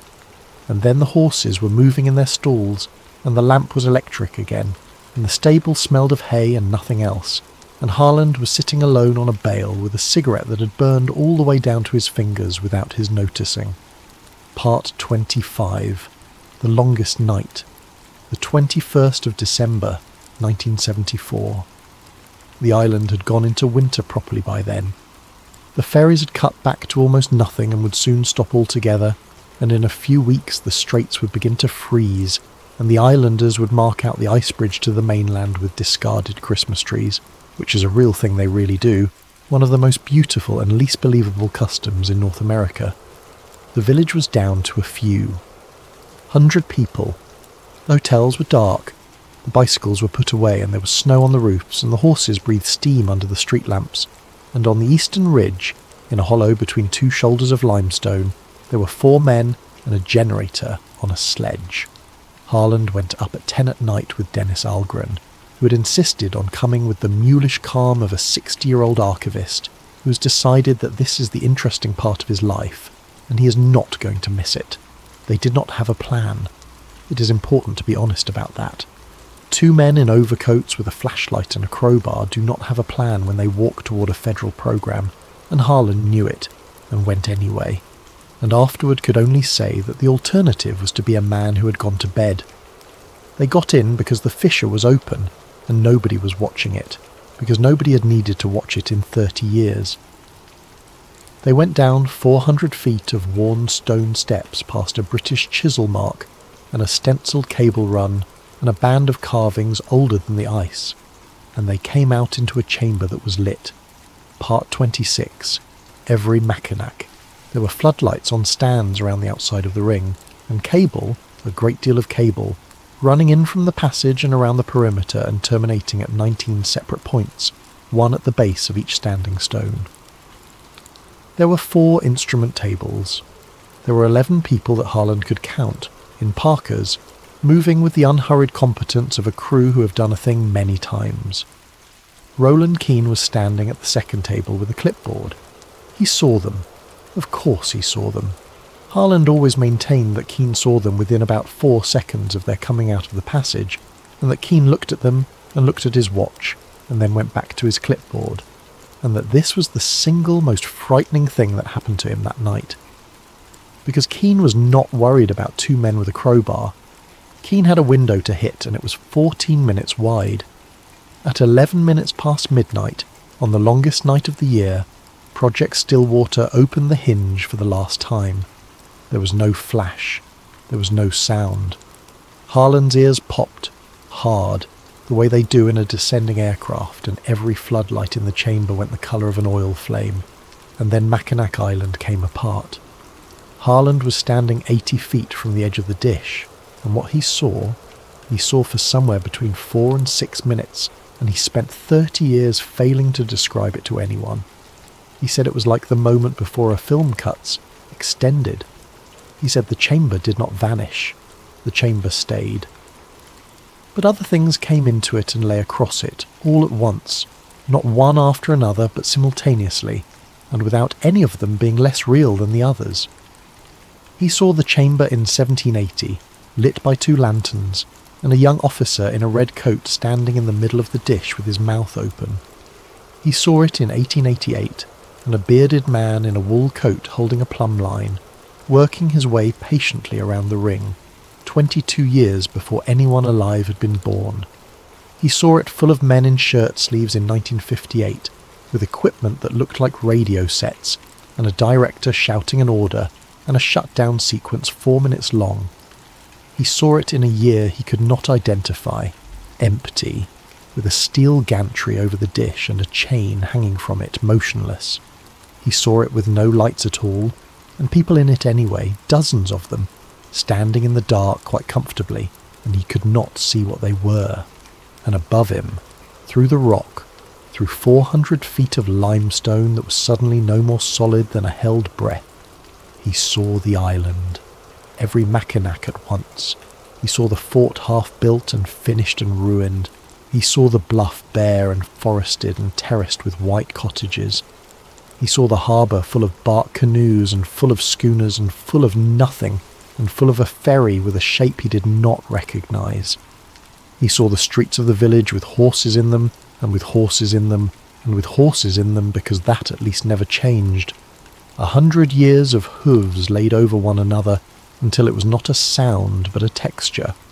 He saw 2 children running through the front room of a house that had not been built yet, and a woman in 1912 stepping aside to let them pass. He saw soldiers of the American Army moving through a Victorian parlour in a skirmish line, and a family at dinner not looking up. He saw a summer picnic on the grass in 1897, 11 people, a boy with a cricket bat, and a girl of 5 with her chin up looking directly at him with enormous interest. And Harland understood, in the middle of all of it, with the clarity that sometimes arrives in the worst moment of a life, that this had always been happening. Not the flood of it, but the leak. Every single day on that island, and probably on 100 other quiet places, moments pressing up against each other through a wall that everybody had assumed was solid, because assuming otherwise is unbearable. We call it a ghost when we see through. We call it a ghost because the alternative is to understand that time is not a road we're travelling down, with everything behind us safely gone. It is a house, and all the rooms are still occupied. Part 27. The warning in the stone. Then it went forward.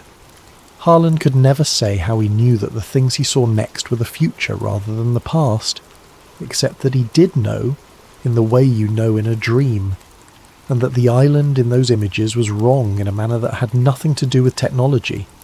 It was empty, not ruined, empty and maintained. The village was gone, cleared, the ground levelled and grassed. The bluff was bare. Fort Mackinac still stood, whitewashed and perfect, kept up by somebody, which was somehow the worst detail of all, because somebody was still coming here to paint a fort on an island where nobody lived. And on the eastern ridge, where the hollow had been, there was a structure. He saw it only briefly, and he drew it many times afterward. A low mound of poured stone, enormous, 300 feet across, ringed with a field of upright slabs set close together like teeth, angled outward. Not a fence, nothing so polite as a fence. It was the architecture of a thing that badly wants to be understood by people who will not share a language with its builders. Spikes of stone in a ring going out and out so that whatever came at it from any direction would meet the same message, and cut into the face of the mound in letters 4 feet high, in English, in a script that was still recognisably ours. Do not open the first door. That was all. No date, no explanation, no name of a nation or an agency. And beneath it, in smaller letters, worn but legible, a second line that Harland saw for perhaps half a second and was certain of for the rest of his life. We are not the first to close it. Part 28. The ones nobody could place. There is one more thing he understood that night, and it is the thing that Harland himself found hardest to live with, harder than the disappearances and harder than the future. Every archive of ghost sightings has a residue in it, the unusable accounts, the ones the folklorists quietly leave out of the book, because they do not fit the local history and cannot be attached to any known death. Algren had shown him the Mackinac ones weeks earlier, half apologetically at the bottom of a box. A tall figure in a long pale garment on the north shore, seen 4 times between 1840 and 1960, whose clothing corresponds to no European, American or native dress of any period. 2 people described in 1931 as walking on the ice in the middle of the straits toward the island, side by side without coats, in February. A person seen from a distance near the airfield in 1967 was described only as being the wrong height and moving in a way the witness could not reproduce or explain, and who left the man who saw it unwilling to discuss it ever again. Harland had filed them under exaggeration, because that is what you do. standing in the chamber with the hinge open and dozens of Mackinacs laid over each other like panes of glass, he understood what those accounts actually were. They were not people from the island's past. They were not people from the island's future. They were visitors from Mackinacs that had never happened here at all. From folds along an axis that Ormond had refused to write down as a conclusion. Versions of this rock in the middle of this lake where the ice had gone differently, or the people had, or something else entirely had come down to the water and found the same warm stone under the same hill and made the same discovery. And they had been coming through for a very long time. Longer than the fort, longer than the ice, long enough to wear the steps. Part 29, The Sabotage. Here is what actually happened in the chamber, told plainly, because the plain version is short. At approximately 18 minutes past midnight, the field became unstable in a way that the instruments had not predicted, and the crew began an emergency shutdown, and the shutdown did not take. Keen's own after-action report, which Harland was permitted to read many years later under circumstances he never described, states that at that point the primary termination sequence failed at 3 of the 19 node points, and that the failure occurred because the cable at those 3 points had been physically severed. It records that 2 unauthorized civilians were present in the chamber. It records that one of them, a man aged approximately 60, was found at node 11 with a crowbar and a severed cable, and no memory of the preceding 4 minutes. It records that the other was not found. And it records, in a single sentence, that Keen fought to keep in the document, and that 4 separate reviewers tried to remove, that a 4th cable had been cut at node 17 on the far side of the ring, at a point that no person in the chamber had approached at any time during the operation. That cable was cut cleanly, in a single stroke, by something with an edge. Harland was standing at node 14 when the collapse began, and Carrick was standing at node 17, and they were 40 feet apart, and Carrick had a bayonet in his good hand. Harland shouted at him to come across. The dish was already going, the polished floor filling up with something that was not light and not water, and the way out was behind Harland, and the fold was closing from the outside in, and Carrick had perhaps 11 seconds to cross. And Carrick looked at him and shook his head. He put the bayonet down on the floor, carefully, the way a man sets down a tool he is finished with. He stood in the middle of a chamber where 19 sentries were pressing against each other, in a red coat, with his ruined left hand against his chest, 200 years from a country that had not existed when he left it, and 9 days from a rope on the eastern ridge. And he said something.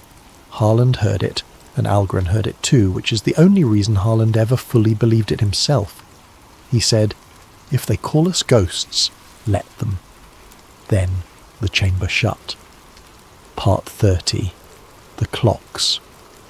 At 23 minutes past midnight on the 21st of December, 1974, every clock on Mackinac Island stopped.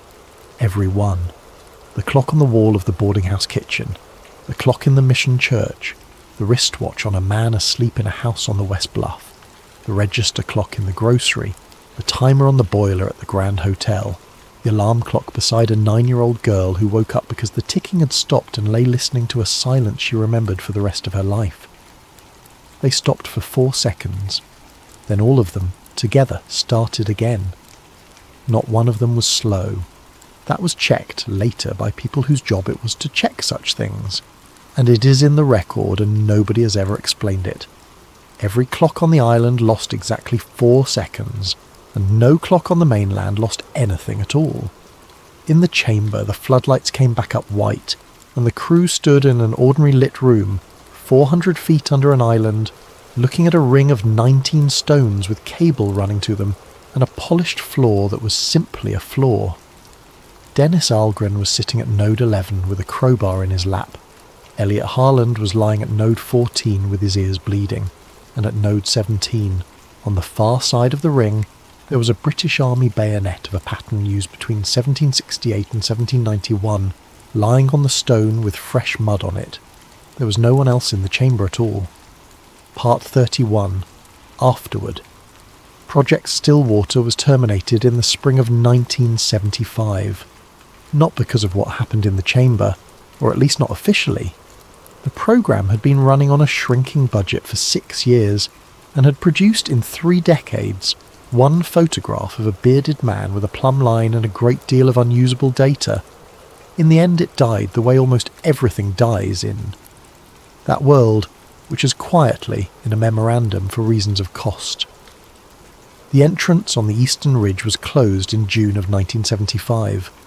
Not sealed with rubble the way the British had done it, filled with something poured to a depth that the paperwork does not specify, and then capped, and then the ground graded over and planted, and if you walk out there today you will find nothing at all except an ordinary limestone hollow in an ordinary stand of cedar, and you will hear the wind, and you will not think anything of it.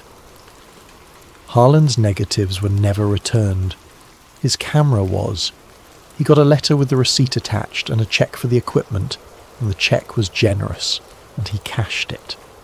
Dennis Algren went back to the archive and worked there for another 9 years and never wrote about any of it. When people asked him about the ghosts of Mackinac, which they did constantly, he told them the ordinary stories in his cardigan with his patient voice, and he told them well.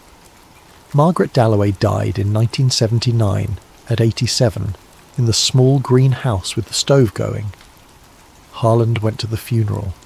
He was one of 9 people there. She had left him the 1897 photograph in an envelope with his name on it, and nothing else, and no note. And the island went on being the island. That is the part that Harland found hardest to explain to the few people he ever told. Nothing changed. The ferries came back in the spring. The hotels opened. The fudge shops opened. 500,000 people a year came across the water to ride bicycles and eat lunch and take photographs of a beautiful place where there are no cars, and the horses went up and down Main Street, and the fort fired its cannon on the hour all summer long.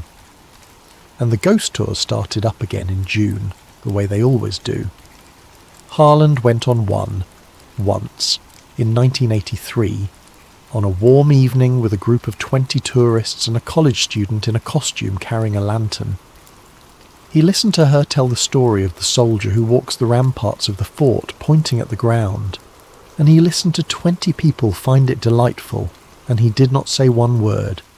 He said later that he had thought about it seriously and decided that they were better off. He said, "What would I even tell them? That it is not a ghost. That there is nothing here that ever died. That a young man from Northumberland is walking on a floor under this hill right now, tonight, while these people eat ice cream, and that he has been walking there for 200 years and it has been 9 days. He said, they would not sleep, and there is no use in it. The door is closed." Part 32. The Envelope. In March of 1991, 17 years later, Elliot Harland received an envelope at his home in Ann Arbor. There was no return address. The postmark was smudged and unreadable, which he checked immediately, and checked again later with a magnifier, and had examined by a man at the post office who could not help him. Inside was a single photograph and nothing else. It was not a modern print. Harland had spent his whole working life with photographic materials, and he knew what he was holding within 4 seconds of holding it. It was a salted paper print mounted on card. The process is from the 1840s. The paper was right, the tone was right, the foxing was right. He had it examined twice at his own expense by conservators who did not know why he was asking, and both of them dated the materials to the middle of the 19th century, and said the print had been made from an earlier original. The image was a group of men outside a wooden building on a bluff, with the straits behind them and a flagstaff, and the raw new timber of a fort that has not yet gone grey. British soldiers, 11 of them, in red coats and white cross belts, arranged the way men arrange themselves for a picture, some standing, 2 seated on a barrel, all of them holding still. Third from the left, with his left hand curled against his chest and his face perfectly clear, is Lieutenant Edmund Carrick. And standing beside him, at the end of the row, is a man in a wool overcoat of the wrong century, with a leather strap over one shoulder, holding a medium format camera at his waist and looking up at the person taking the photograph. He is 31 years old. He has a long face and dark hair and an expression that Harlan recognised instantly, because he had seen it in the mirror on the morning of the 18th of October 1974, and it is the expression of a man who has just understood something and has not yet decided how to feel about it. Harlan turned it over, on the back, in brown ink, in a cramped 18th century hand with long descenders and an old-fashioned long letter S.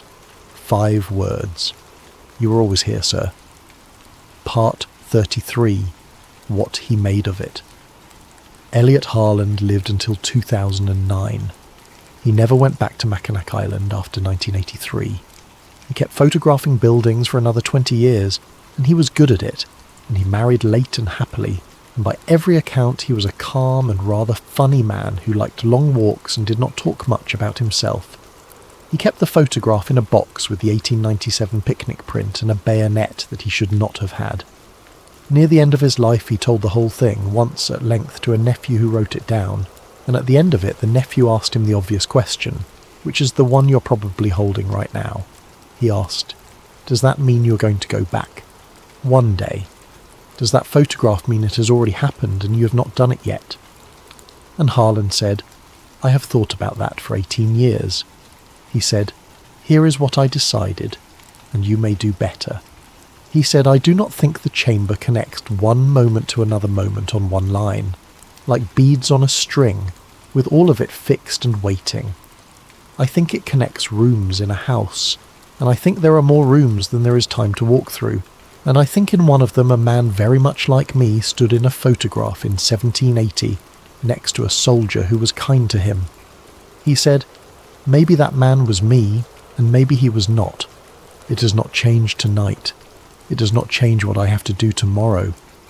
Then he said the thing that the nephew wrote at the bottom of the page and underlined. He said, "What it changed was this.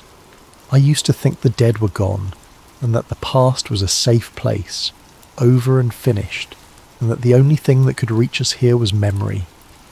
He said, "Now I think everything that ever happened is still happening somewhere in the walls of this house. All of it. At once. All the ordinary afternoons." He said, "I find that I do not know whether that is the most frightening thought I have ever had, or the most comforting one." He said most nights it is the second one. Part 34. The end of it. So that is the story of Mackinac Island, and the soldier who was never dead, and the hole in the eastern ridge that men opened 3 times and closed 3 times, and the 4 seconds that every clock on an island lost together on the longest night of 1974.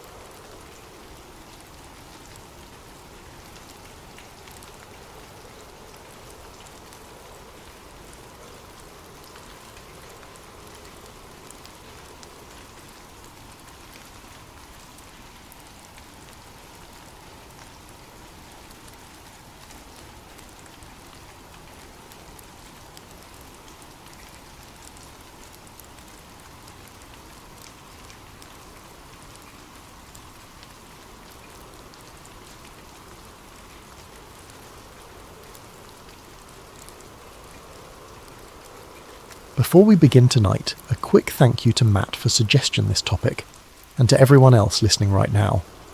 If you have a moment before this episode, please consider leaving a review on Spotify.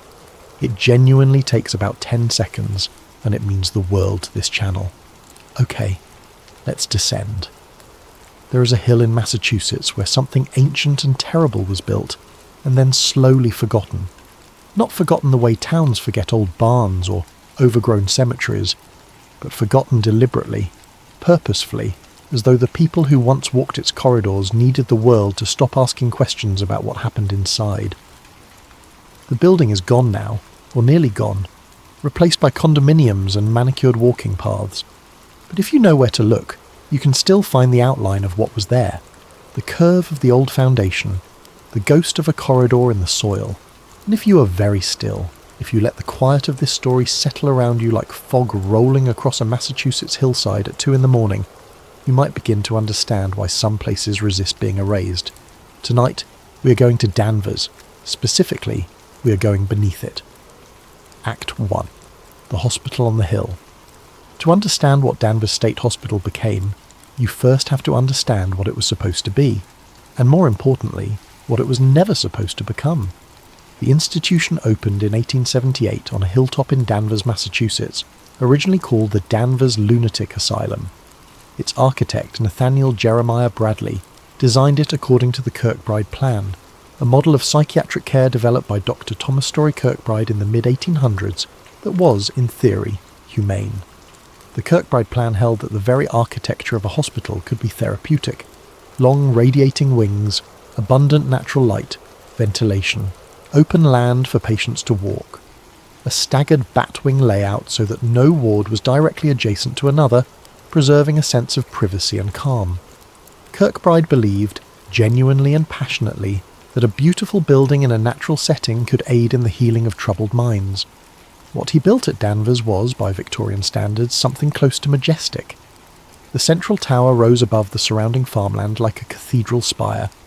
The stone walls were thick and pale, the windows arched and tall.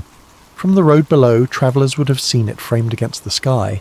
Imposing, yes, but also dignified in the way that grand public institutions were meant to be dignified. A statement of civic responsibility. He promised that the state of Massachusetts would care for its most vulnerable. That promise did not hold. By the early 20th century, Danvers State Hospital, it had been renamed in 1895, was already beginning to strain at its seams. The patient population for which it was designed was somewhere around 600. By the 1930s, the population had nearly tripled. Wards designed for privacy and calm now held double and triple their intended number of patients. The long, light-filled corridors that Kirkbride had imagined as healing spaces became crowded, dim, and perpetually loud. The staff-to-patient ratio collapsed. The ideal of dignified, individualized care became logistically impossible. What replaced it was something far darker. Electroshock therapy, introduced into American psychiatric practice in the late 1930s, became common at Danvers within a few years of its adoption. Patients were restrained, sedated, and subjected to electrical currents passed through the brain. The theory was that the induced seizure would somehow reset the disordered mind. The reality for many patients was amnesia, confusion and terror. Insulin coma therapy, in which patients were driven into a hyperglycemic coma through insulin injections and then revived, was practiced alongside electroshock. Hydrotherapy, prolonged submersion in hot or cold water, sometimes for hours, was another standard treatment. And then there were the lobotomies. The prefrontal lobotomy, developed by Portuguese neurologist Egas Moniz and aggressively popularised in the United States by Walter Freeman, arrived at institutions like Danvers in the 1940s. Freeman's transorbital approach, an ice-pick-like instrument inserted above the eyeball and into the frontal lobe, could be performed in minutes without a full surgical theatre. It was sold as a cure for the most intractable psychiatric conditions. What it produced, more often than not, was a permanent alteration of personality. Patients became passive, compliant. The wildness and suffering were replaced by a dull, flat calm that administrators sometimes mistook for recovery. Walk the wards of Danvers in 1950, and you would have found a population that was, in the most profound sense, abandoned. Men and women who had arrived in psychological distress and found themselves trapped in an institution that had long since ceased to treat them as individuals. Some had been admitted for conditions we would not recognise as mental illness today.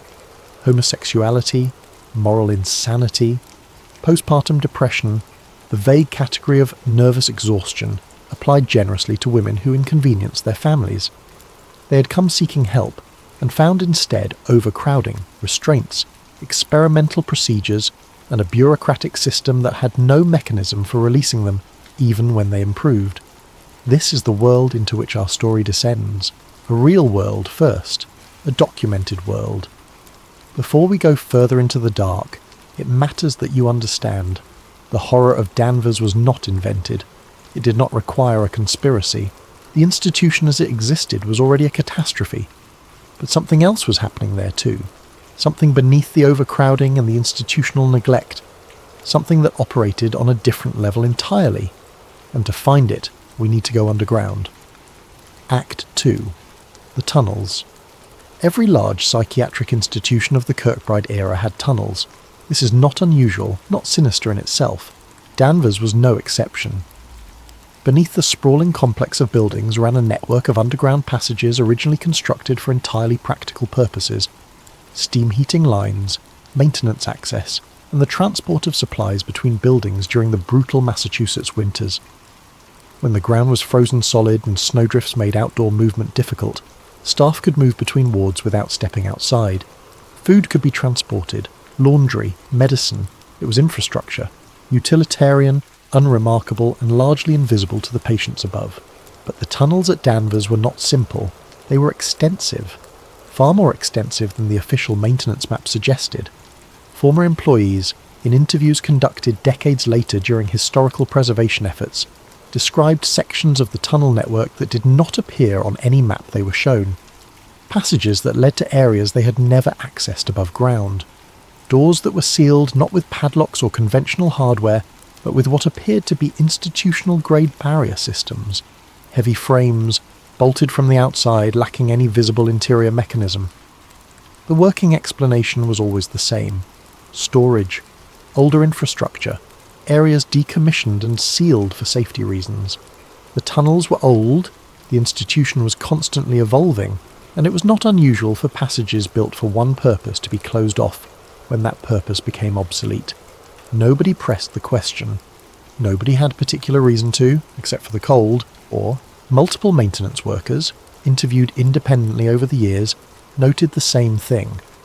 In certain sections of the deeper tunnel network, particularly in the areas beneath the original Victorian-era foundation, the temperature dropped noticeably below what the surrounding passages maintained. Not the ordinary variation of underground spaces, something more pronounced. A sustained chill that made certain sections feel, in the words of one former worker quoted in a 1982 local newspaper feature on Danvers, like going into a different building altogether. No one officially explained the temperature differential. The facility's engineering staff attributed it to variations in the steamline routing and older sections of the tunnel that lacked adequate insulation.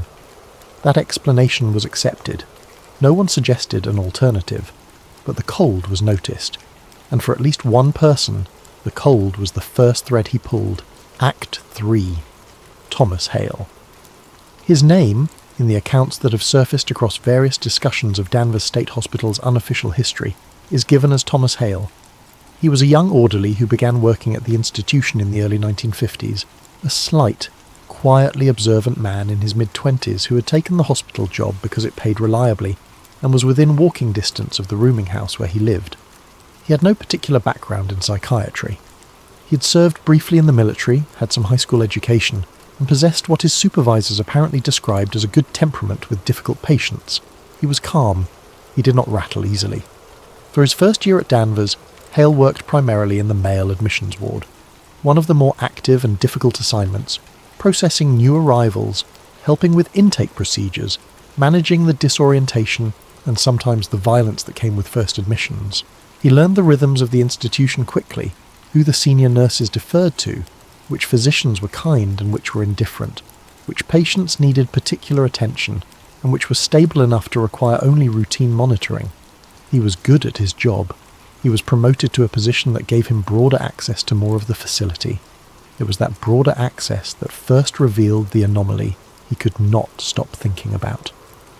The patient transfers began, as best as Hale could later reconstruct, sometime in the early to middle part of his second year at the institution. Not dramatic transfers, not the kind that required full staff mobilization or significant documentation. Quiet ones. late night or very early morning movements of individual patients from certain wards, particularly from the ward housing the most severely agitated or psychologically deteriorated patients, to a location that was never specified in any paperwork Hale could find. He noticed because he was a careful man. He noticed which patients were in which beds at the end of his shift, and sometimes, working an early morning rotation, he would find a bed empty that had been occupied when he left. He would look for the transfer notation in the chart, the standard documentation that should accompany any patient movement, and find nothing. Not an error or an incomplete entry, nothing. The chart would simply reflect the patient's previous status, with no record of any change, and by the next day, the patient would sometimes be gone from the ward entirely, their name removed from the active roster, no discharge paperwork, no transfer documentation to another facility, simply gone, in the administrative sense, as if the bed had always been empty and the person who occupied it had never quite existed in any official capacity. Hale began keeping his own notes, not formally. He was not reckless, but quietly, in a small notebook he kept in the breast pocket of his uniform. Dates, ward numbers, patient names he could recall, times of observation. It was not an investigation. It was the instinct of an orderly man confronted with disorder he could not account for, trying to impose some structure on what he was seeing. What he was seeing, he would eventually come to understand, was the intake process for Ward C. ACIST 4. Ward C. No official documentation of a Ward C exists in the publicly available records of Danvers State Hospital. The standard ward designations used at the institution during the mid-20th century followed a conventional administrative numbering system, with some wards additionally designated by their population type, the women's chronic ward, the male admissions ward, and so forth. There is no standard ward in the facility's known history that carried the letter designation C. The name, in the accounts that reference it, appears to have been informal, staff shorthand, passed by word of mouth in the lower level areas of the institution, used quietly by the small number of employees who worked near or had incidental knowledge of the restricted section. It was not used in any document. It was not spoken in administrative meetings. It existed in the way that institutional knowledge always exists in large facilities, sideways, in fragments, passed from one careful voice to another without any official acknowledgement. What Thomas Hale eventually pieced together, through careful observation, through the occasional overheard conversation he was never meant to hear, and through the one time he followed a late-night transfer far enough to observe where it terminated, was this. Somewhere below the main level of the hospital, accessible through a section of the tunnel network that was locked and supposedly decommissioned, there was a separate operational space, not a conventional ward, not a medical facility in any standard sense, a space that had been modified, insulated, equipped with specific infrastructure, to serve a purpose that was not psychiatric care. The patients who were transferred there were not transferred back, or when they reappeared in the general population, and some did, Hale noted, occasionally, they were different in ways that were difficult to describe.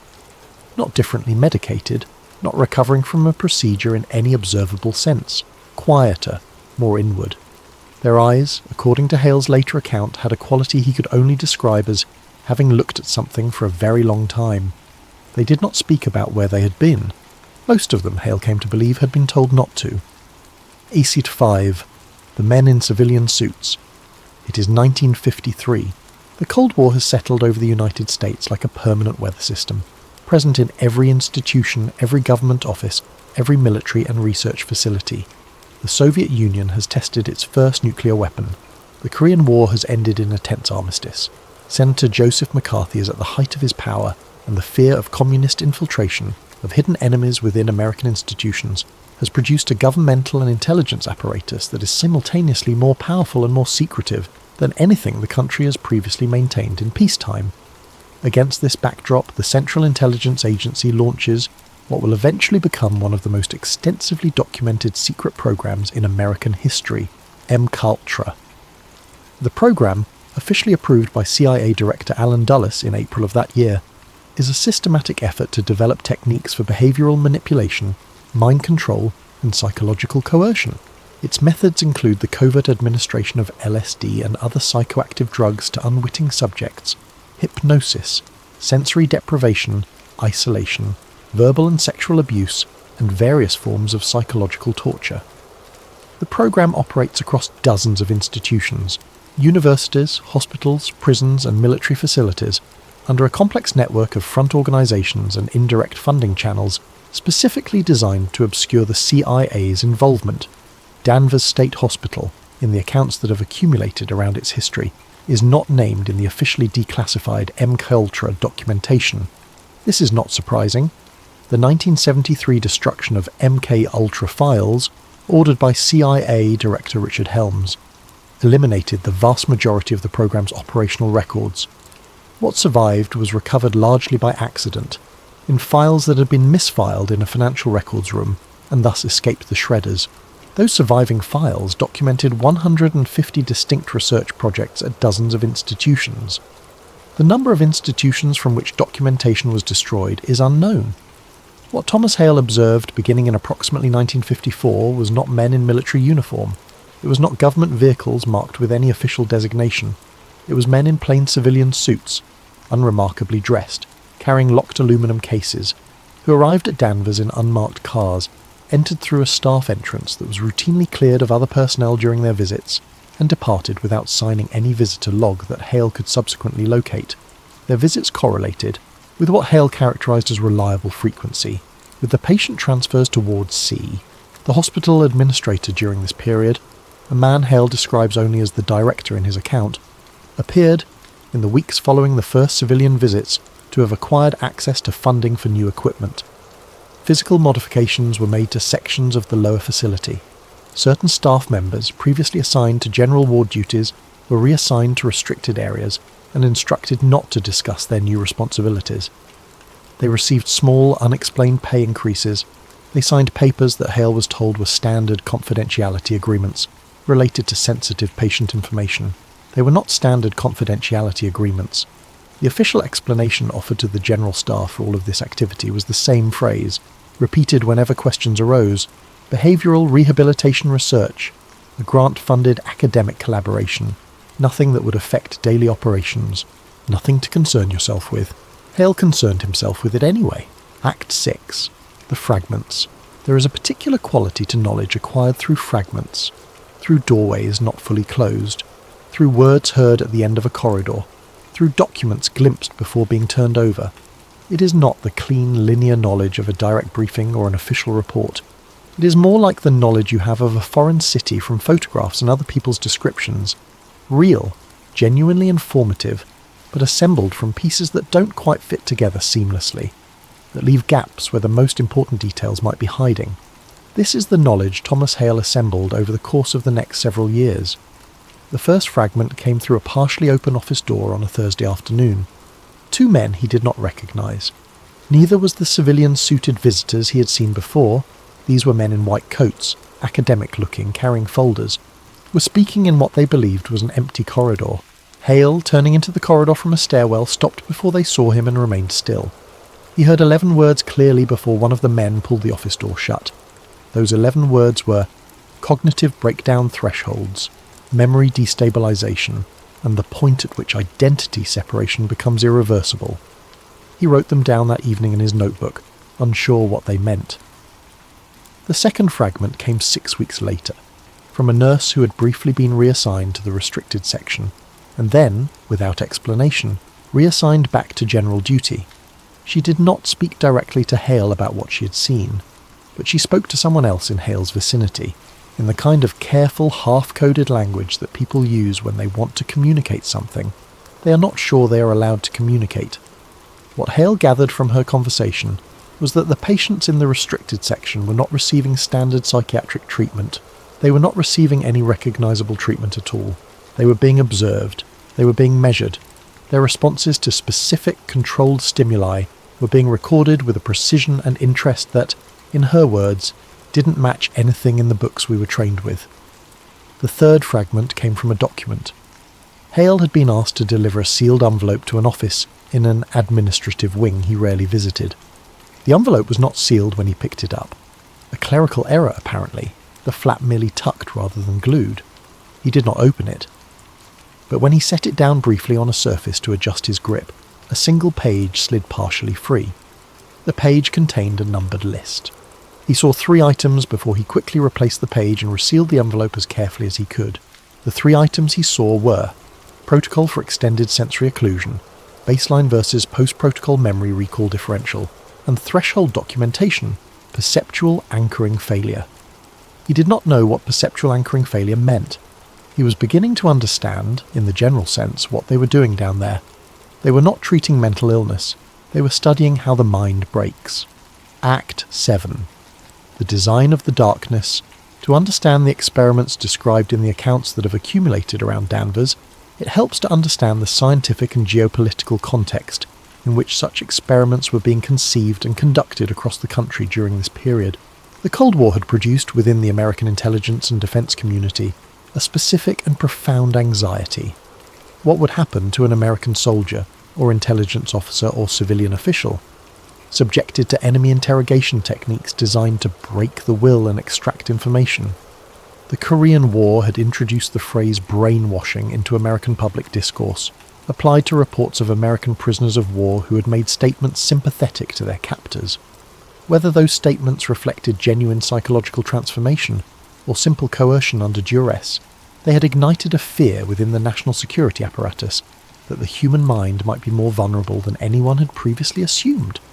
The research that followed, not just at Danvers according to the conspiracy accounts, but across the network of institutions that fed into the M-Culture umbrella, was animated by 2 parallel imperatives. The first was defensive. Understand how enemy psychological techniques might work so that American personnel could be trained to resist them. The second was offensive. Develop those techniques, or better ones, for American use. In Ward C, the methods documented in the fragments that have emerged, through Hale's account, through the testimonies of former staff members, through the fragmentary physical evidence discovered by urban explorers decades later, appear to have centred on sensory manipulation, the denial of sensory input and the overwhelming of it, the disruption of sleep, the administration of experimental pharmacological compounds whose precise identities remain unknown, but whose effects, based on patient descriptions from the few who were later able to speak about their experiences, suggest combinations of dissociatives, hallucinogens, and compounds designed to heighten suggestibility and impair short-term memory formation. The isolation protocols were, by any modern standard, extreme. Patients were placed in individual rooms with no windows, no natural light, and carefully controlled acoustic conditions. Not silence exactly, but a precisely managed sonic environment. A low, continuous hum at frequencies chosen to prevent the brain from establishing reliable auditory anchors. Periodic audio playback of repetitive phrases or tones, delivered at intervals and volumes calibrated to prevent habituation. The goal, as best as can be reconstructed from the available fragments, was not simply to disorient. It was to bring the patient's perceptual system to a specific state, a state the research documents apparently referred to in the fragments that have been recovered as threshold proximity. What threshold? That is where the story begins to move in a direction no one anticipated. Act 8. The Shared Visions. Among the most disturbing and most discussed elements of the Danvers conspiracy accounts is what the surviving fragments refer to as the convergence phenomenon. It does not appear in any official psychiatric literature. It was not the intended outcome of the Ward C research program. It emerged, or was discovered depending on how you read the available evidence, as an anomaly that the researchers initially dismissed, then became increasingly unable to ignore, and ultimately found either so disturbing or so significant that it became the central focus of their work. The phenomenon was simple in its description, and profoundly unsettling in its implications. Patients who had been subjected to the sensory deprivation and pharmacological protocols in Ward C, patients who were housed in separate rooms, who had no contact with one another, who were in many cases so psychologically deteriorated that complex communication would have been impossible even if contact had been permitted, began describing the same things, not similar things, not the kind of overlapping hallucination content that might be expected from patients subjected to the same pharmacological compounds, the generic imagery of trauma and distress, the same things, specific things, a particular corridor described with consistent architectural detail, low ceiling, smooth grey walls, a slight downward grade, lights recessed in the ceiling that provided illumination without any visible source. A figure at the end of that corridor, tall, stationary, featureless in most descriptions, though a small number of patients included additional details about posture and proportion that matched across their accounts with a specificity that the researchers found impossible to attribute to coincidence or suggestion. The observation rooms, patient after patient describing in their post-isolation interviews, before the memory suppression protocols made interview data increasingly difficult to collect, a sense of being watched from behind glass. Rooms adjacent to their isolation chambers, visible only as a reflective surface from within, behind which something was present. Not necessarily the researchers, though the researchers were, of course, observing from behind one-way glass. Something additional, something perceived through the glass at an angle, or from a direction, that did not match the actual observation room layout. And the symbols. This is the detail that appears most consistently across the accounts, and that is most difficult to explain away. Patients in isolation, given no drawing materials as a matter of protocol, found means to mark their walls, with fingernails, with the edges of fingernails worn down to nothing, with whatever residue from their skin or hair could be worked into the surface, and produce markings that, when the isolation chambers were cleaned between patients, proved to match, not approximately, not in the way that all human beings might independently produce similar marks under similar stress, matching in their specific arrangement, in the particular geometric relationships between elements, in a quality that one of the researchers, in the fragment of a memo that has become perhaps the most referenced document in the Danvers conspiracy literature, described as impossible to attribute to cultural transmission given the complete isolation of the patient population. The researchers had a problem. The problem was not that their experiments had failed. The problem was that their experiments had produced a result they were not equipped to explain. C-9, patient 47. She arrived at Danvers in 1956. The accounts consistently refer to her as patient 47, which appears to be a research designation rather than a ward number, suggesting she'd been identified and catalogued by the Ward C research program, rather than by the institution's standard administrative system. Her actual name has not surfaced in any available documentation. What has surfaced is a partial research profile, recovered in the 1990s from a collection of papers that had been stored in a private home in rural Massachusetts after being removed from Danvers by a research assistant who had worked there briefly in the early 1960s and had kept the documents without knowing their significance. She had been admitted following what the admission documentation described as acute psychological trauma following personal loss, a phrase vague enough to cover any number of circumstances. She was in her early 30s. She had no previous history of psychiatric treatment. She was, by all accounts, calm upon admission, functional. Her responses during initial evaluation were coherent and contextually appropriate. Whatever had brought her to Danvers had not, at the point of her arrival, broken her perceptual connection to the world around her. That connection, in the research accounts, becomes the central subject of the files relating to her. When she was subjected to the isolation protocols, something different happened. Where other patients deteriorated, became catatonic or agitated, retreated into incoherence or repetitive behaviour, she remained present, clear-headed, responsive. Her post-isolation interviews, according to the research profile, were articulate and detailed in a way that no other patients had been. She described her isolation experience with the calm precision of someone describing a journey they had recently taken and were still processing. She used spatial language, directions, distances, relative positions of features that implied a coherent mental map of whatever she was perceiving during isolation. And then she began describing things she could not know. The accounts of what she said range from the specific to the extraordinary. On the specific end, she described, in the post-isolation interview following her third protocol session, a conversation that two researchers had conducted in a room on the other side of the building earlier that day. She gave partial quotes. She described the physical arrangement of the researchers in the room, who was seated where, which one was writing, which was standing. Her account, when checked, was accurate in every verifiable particular.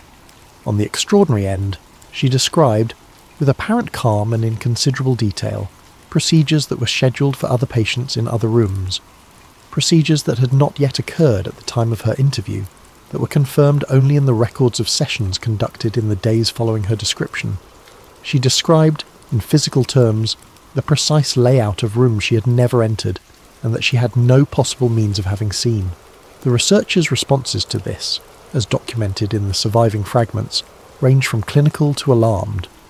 The lead researcher, identified in the documents only by an initial, R, became, according to the accounts, increasingly focused on patient 47 to a degree that appeared to concern his colleagues.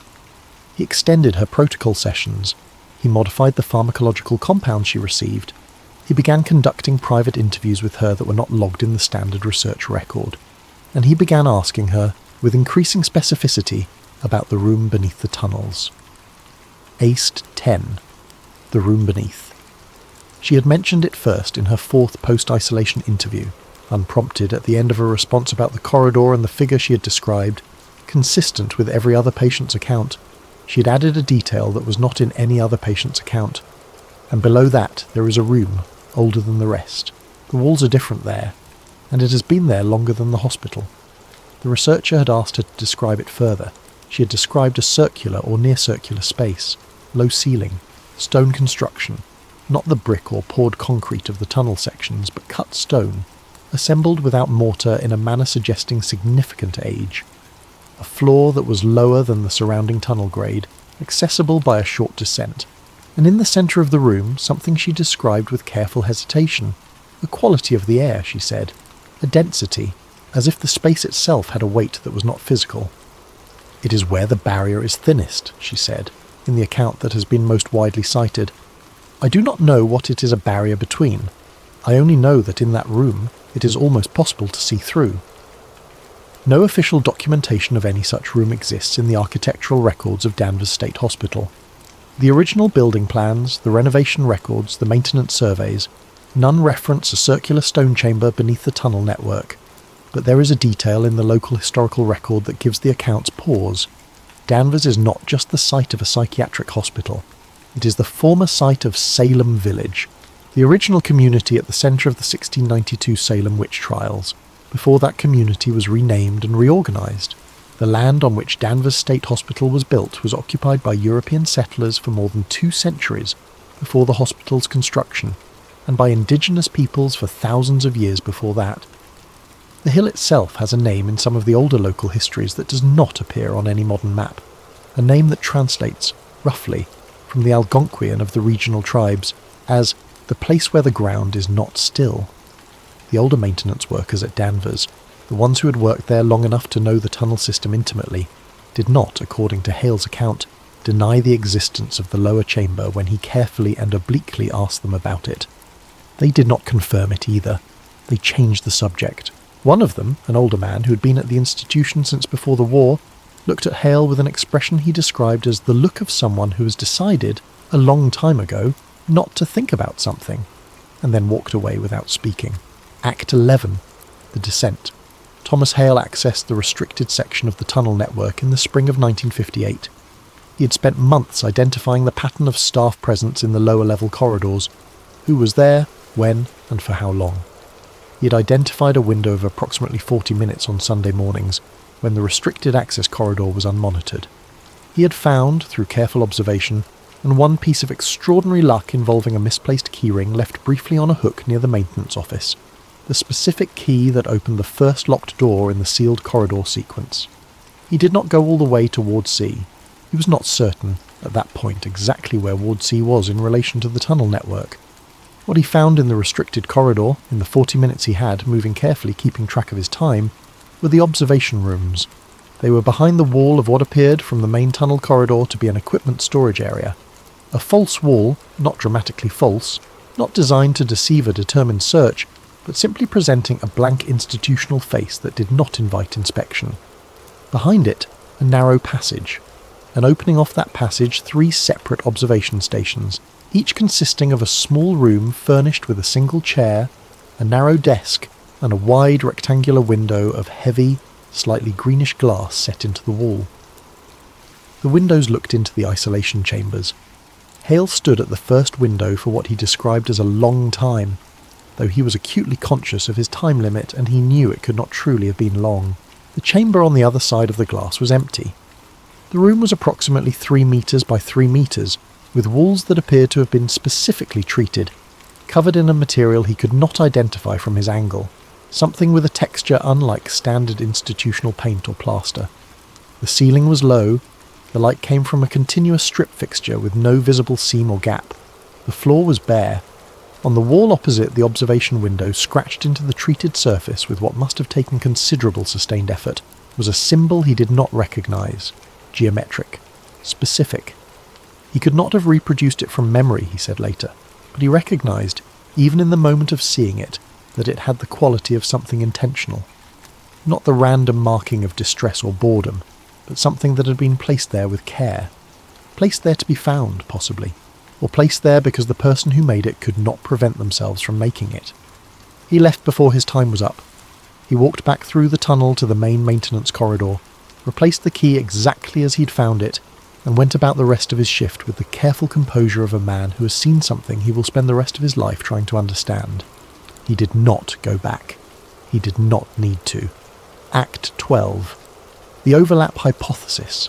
The research, in the accounts of those who have pieced it together from surviving fragments and subsequent testimony, reached its most significant and most disturbing conclusion sometime in the late 1950s, perhaps 1958, perhaps 59. The precise dating is uncertain, but the nature of the conclusion is consistent across the sources. A government consultant, identified in the available documentation only as Dr. K, a designation that has generated considerable speculation without firm resolution, produced a theoretical framework that attempted to account for the convergence phenomenon, the shared visions, the identical symbols, the impossible knowledge demonstrated by patient 47. The framework was presented to the core research team in what the surviving memo fragment describes as a classified briefing of considerable duration. The framework has come to be referred to, in the discussions that have grown up around the Danvers accounts, as the overlap hypothesis. Its central claim was this: human consciousness, in its normal waking state, operates within a perceptual field that is actively maintained, not passively received. The brain does not simply take in reality as it is, it actively constructs a version of reality calibrated to the needs of the organism, filtering an enormous quantity of available sensory and informational input down to the workable stream of experience that we recognise as ordinary perception.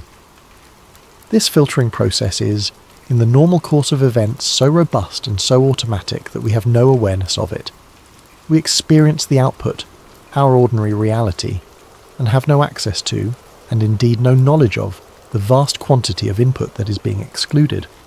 What the sensory deprivation and pharmacological protocols appeared to be doing, in Dr. K's framework, was impairing the filtering mechanism, not randomly, not chaotically, in a specific and consistent direction, toward a state in which the brain's ordinary perceptual construction is weakened, and whatever it is that the brain normally filters out becomes partially accessible to consciousness, and whatever that filtered out reality contained, whatever lay in the perceptual territory that ordinary waking consciousness excludes, appeared to be the same for all of the subjects, not personal, not idiosyncratic, shared, consistent, as if it were a feature of external reality rather than a product of individual psychology. The corridor, the figure, the observation rooms, the room beneath. The patients were not imagining the same thing. According to the overlap hypothesis, they were seeing the same place. Act 13. The divergence. The research team did not respond to the overlap hypothesis as a single body. This is one of the most humanly recognisable details in the entire Danvers account. The way that a group of people confronted with an impossible conclusion splits along the lines of what each of them can bear to believe. Some of them had spent their careers in the rational materialist framework of mid-century American science. They had entered the Ward C project with a specific and comprehensible set of assumptions about what they were studying. The limits of human psychological endurance, the mechanics of behavioural manipulation, the controllable parameters of perception and memory. The convergence phenomenon could, for those researchers, be accommodated within an expanded version of that framework. Mass suggestibility, chemical synergy producing consistent neurological effects. Something unexpected, certainly, but something that remained within the domain of the explicable. Others on the team could not maintain that position. The specificity of the shared content, the architectural details of the corridor that matched across patients who had never communicated, the symbols that were identical to a degree of precision that ruled out chance, pushed them toward a conclusion they found profoundly unsettling. The experiments were not producing hallucinations that happened to overlap. The experiments were removing whatever cognitive mechanism normally prevented access to something that was actually there. The division between these two positions hardened over time. The memos from this period, the fragments that have survived, show an increasingly fractured communication style, careful language, hedged claims, the specific avoidances of teams that are no longer operating from a shared premise. Dr. K's overlap hypothesis is referenced obliquely rather than directly. The convergence phenomenon is described in increasingly technical language that seems designed to diffuse its implications rather than engage with them. Patient 47 is referenced in the later memos almost not at all. She had by this point begun describing things that were not in the corridor, not in the observation rooms, not in the lower chamber. She had begun describing what she called the space outside the place, a description that she struggled to render in language and that the research notes transcribe with evident difficulty. She used spatial metaphors and then immediately qualified them. She used temporal language and then said the language was wrong. She said in one of the last recorded interviews with her, "It is not that the room is beneath the tunnels and the hospital and all of this. They are inside of something, and the room is the place where you can almost see what they are inside of." After that interview, the private sessions with patient 47 appear to have stopped. Act 14. The incident. The accounts of what happened in Ward C in the late 1960s are the most fragmentary, the most contested, and the most difficult to assess of all the Danvers material. The temporal distance is greater. The number of direct witnesses is smaller. The documentation is the most severely compromised of any phase of the research period. What follows is the account as it has been reconstructed from the available sources, with the understanding that reconstruction is precisely what it is, not a confirmed record, but the most coherent assembly of surviving pieces. Sometime in the late 1960s, most accounts suggest 1968, though some place it earlier in the decade, there was an event in the restricted section of Danvers that resulted in the abrupt termination of the Ward C research program. The event began, in most accounts, with a power failure. Not a localized equipment malfunction, a broader failure that affected multiple sections of the facility simultaneously, including sections that operated on independent backup systems. The failure lasted somewhere between 40 minutes and several hours, depending on the source. During the failure, the observation rooms in the restricted corridor went dark. The isolation chambers lost their controlled acoustic environment. Whatever the patients in those chambers were experiencing in terms of sensory protocol ceased to be managed. What happened next is where the accounts diverge most sharply. Several staff members who were in or near the restricted section during the power failure were subsequently unable to account for a portion of their time during the event. Not the full duration, not the hours that some accounts attribute to the failure, but a specific consistent window of approximately 40 to 50 minutes that each of them reported as simply absent from their memory. They had been in the corridor, then they had been somewhere else, outside, or in a different section of the building, with no recollection of having moved. Patients in the general wards, far from the restricted section, with no apparent connection to the Ward C program, began, in the hours during and following the power failure, exhibiting behaviours that the nursing staff found impossible to explain. Simultaneous agitation across multiple wards. Patients who had been non-verbal for years speaking in what the nurses described as a continuous tone. Not words, not recognisable language, but a vocal output that patients in distant wards appeared to be producing in unison. Patients covering their eyes or pressing their faces against walls. Multiple patients, in multiple separate wards, describing a corridor with a downward grade and a figure standing at its end.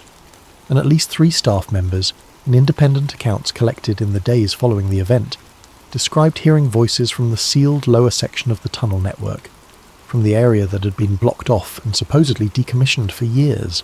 Voices that sounded like multiple people speaking simultaneously in a rhythm that was not quite conversation, coming through the ventilation system, coming from below. The lower ward was sealed the following day. The seals were more extensive than anything previously applied to that area.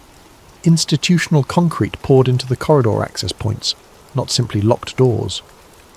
The research staff who had been assigned to Ward C were reassigned to other federal programs within weeks. Some simply ceased to appear in any institutional record that has been subsequently located. The files from the program's operational period were removed from the facility.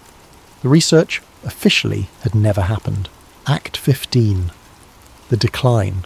The official history of Danvers State Hospital in its final decades is, in many ways, a straightforward story of institutional failure, the kind of failure that was happening across American psychiatric care in the second half of the 20th century as the philosophy of deinstitutionalization took hold. The development of antipsychotic medications in the 1950s had created the medical case for outpatient treatment of many patients previously confined to long-term institutional care. A series of federal legislative initiatives in the early 1960s, under the Kennedy administration, had shifted funding toward community mental health centres and away from the large state hospitals. The institutions that had housed thousands of patients for decades began, gradually and then rapidly, to empty.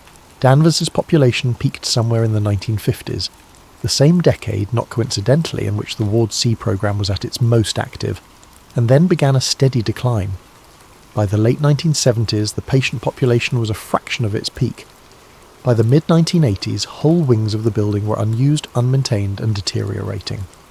The staff that remained was stretched across a physical plant designed for a population 10 times the current size. The heating systems failed intermittently. The roofs leaked. The beautiful Kirkbride architecture, the light-filled corridors and arched windows that had once represented a humanitarian vision of psychiatric care, became instead the setting for a slow and unglamorous institutional death. The hospital officially closed in 1992. The building stood empty for more than a decade, a period during which it became, inevitably, a destination for urban explorers, photographers, and those drawn to places where the past has a particular weight. The images from those years are extraordinary. The long ward corridors with their peeling institutional paint and sagging ceilings, the light still falling through the arched windows at certain hours in a way that captured something of the original intent. The medical equipment left behind in rooms that had simply been locked and abandoned when the staff departed.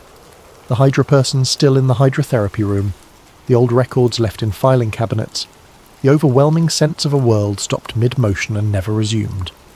The lower sections of the facility, the tunnel network, the maintenance areas, were sealed before the building was opened for demolition and redevelopment planning. The seals, in several areas, were described by the demolition crews as more substantial than expected. In at least one section of the tunnel system, they encountered a concrete barrier that appeared to be of much more recent construction than the surrounding infrastructure, mid to late 20th century based on the concrete composition, poured into an access corridor that predated it by decades. Nobody recorded why it had been sealed so thoroughly. Nobody asked. Act 16. The Modern Witnesses. The redevelopment of the Danvers State Hospital site began in the early 2000s. The main Victorian-era building, the central tower, and the immediate adjacent wings, was preserved and converted into a residential complex called Avalon Danvers. The outlying buildings were demolished. The grounds were landscaped into the walking paths and green spaces of a contemporary residential development. The condominiums sold well. The historical significance of the site was acknowledged in architectural plaques and carefully managed historical narratives that emphasised the Kirkbride-era vision and the eventual reform of psychiatric care, without dwelling on the decades of abuse and neglect that had characterised the institution's middle period. The tunnels were sealed before the conversion and have remained sealed. They are not part of the residential infrastructure. They are not accessible to residents. According to the development documentation, they were assessed, deemed structurally compromised in certain sections, and permanently closed off as a safety measure. Before that, in the years when the building stood open and unguarded, explorers had been there.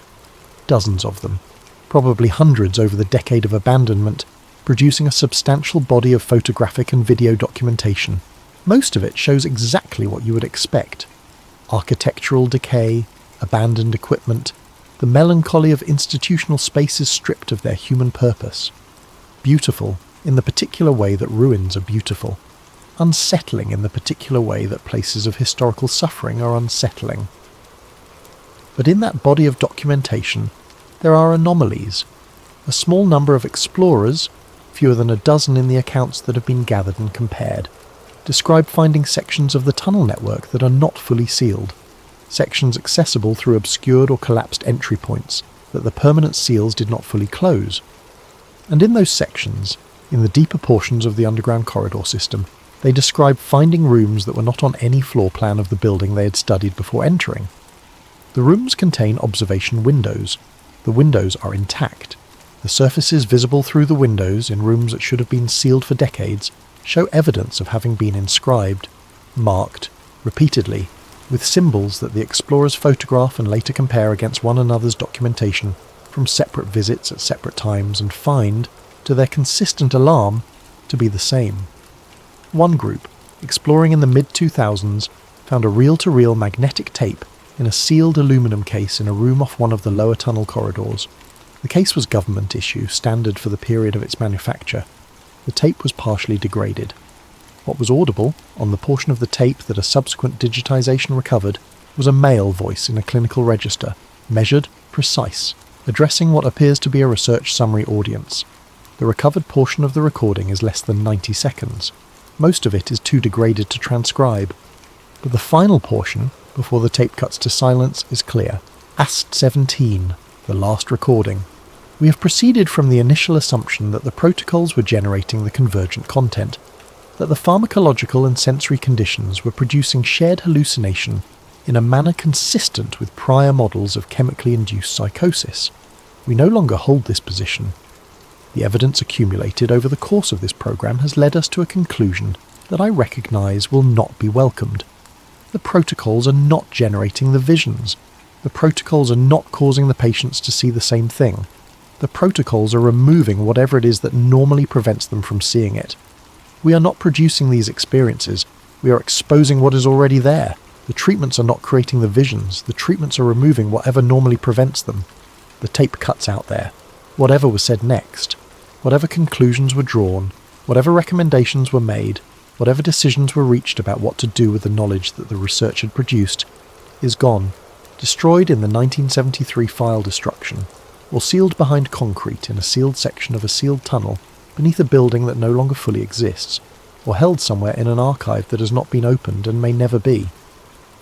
We are left with 90 seconds of a man's voice telling us that the experiments did not create something impossible. They revealed something that was already there. Act 18. The epilogue. Let us sit with what the Danvers accounts taken together are actually suggesting.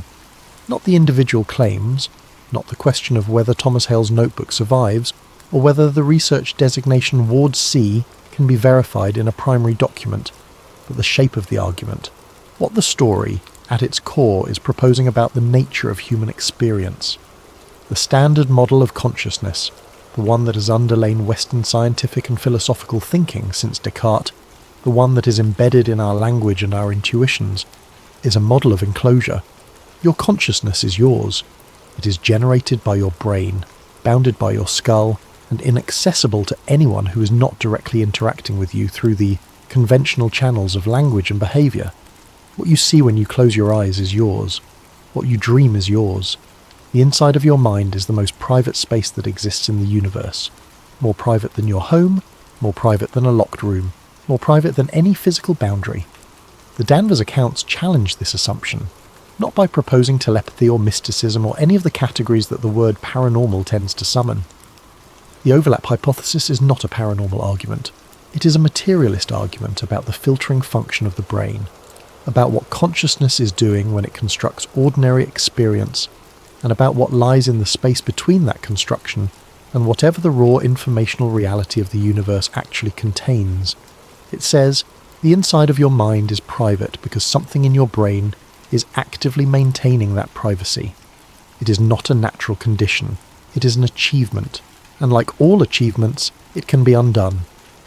Under extreme conditions, kind of conditions that Danvers was engineering deliberately, and that human beings have sometimes stumbled into accidentally through illness, through trauma, through the extreme edges of meditative practice, through the particular vulnerabilities of sleep, the maintaining mechanism can fail, and when it does, what becomes briefly accessible is not just the idiosyncratic content of your own unconscious. It is something more consistent, something shared, something that does not belong to any individual mind but exists in a space between minds, or outside all minds, or wherever it is that the filtering mechanism has been keeping it. That space has a corridor, a figure at its end, observation rooms behind glass, a lower chamber older than the buildings above it, and in the centre of that chamber, a quality of the air a density, that patient 47 described as the place where the barrier is thinnest. Thinnest between what and what? That is the question the research was asking when it stopped. That is the question the recording's final audible words circle without answering. That is the question that Danvers, in all its documented horror and all its conspiratorial shadow, holds open like a door that has never quite been pulled shut. The government, in the final accounting of the Danvers conspiracy, did not cover up the Ward C program because the experiments had failed. They did not cover it up because the experiments had produced nothing useful. They covered it up because the experiments had succeeded in a direction no one had prepared for, had succeeded in demonstrating, with the methodological rigour of a Cold War intelligence research program, that the boundary between individual human consciousness and something much larger and much stranger than individual human consciousness is not a wall. It is a membrane. And under the right conditions, or the wrong ones, it becomes possible to see through it. Closing the hill in Danvers is quiet now. The Gothic towers that once watched over the surrounding farmland are gone, replaced by the uncontroversial geometry of a residential development. Families live there, children play in the green spaces, the walking paths curve through grounds that were once asylum fields. It is, by any external measure, an ordinary place, a place that has moved on from what it was, but the tunnels are still there, beneath the renovated floors, still sealed, still cold in the sections that have been measured, beyond what the surrounding earth accounts for. The symbols that were scratched into isolation chamber walls over decades of Ward C protocols have presumably been covered by redevelopment. The observation windows have presumably been filled in or demolished. Presumably. Nobody has confirmed this. Nobody has opened the sealed sections to look. Nobody has excavated the lower levels of the tunnel network to see whether, beneath the maintenance infrastructure of a Victorian-era psychiatric institution, there is a circular chamber of cut stone without mortar, older than the hospital, older than the asylum that preceded it, older than the European settlement of the Massachusetts coast. Nobody has gone to find out whether patient 47's description of the room beneath the tunnels was the account of a traumatized mind constructing comfort from chaos, or whether she was, as she believed, simply describing something that she could see, something that the rest of us are always almost seeing in the quiet moments, in the drift before sleep, in the borderland where the maintaining mechanism goes soft and the edges of ordinary perception become uncertain. That long corridor, the figure at the end of it, the sense of being observed from behind glass, the room beneath everything where the barrier is thinnest. You are drifting now. Let the weight of this settle around you. You are safe wherever you are listening from. Your bed, your chair, the dark of a room that is yours and no one else's. The corridor, if it exists, is very far away. The figure is still. The glass is thick. And whatever lies on the other side of the barrier is not tonight your concern. Tonight, you are simply here. And here is enough.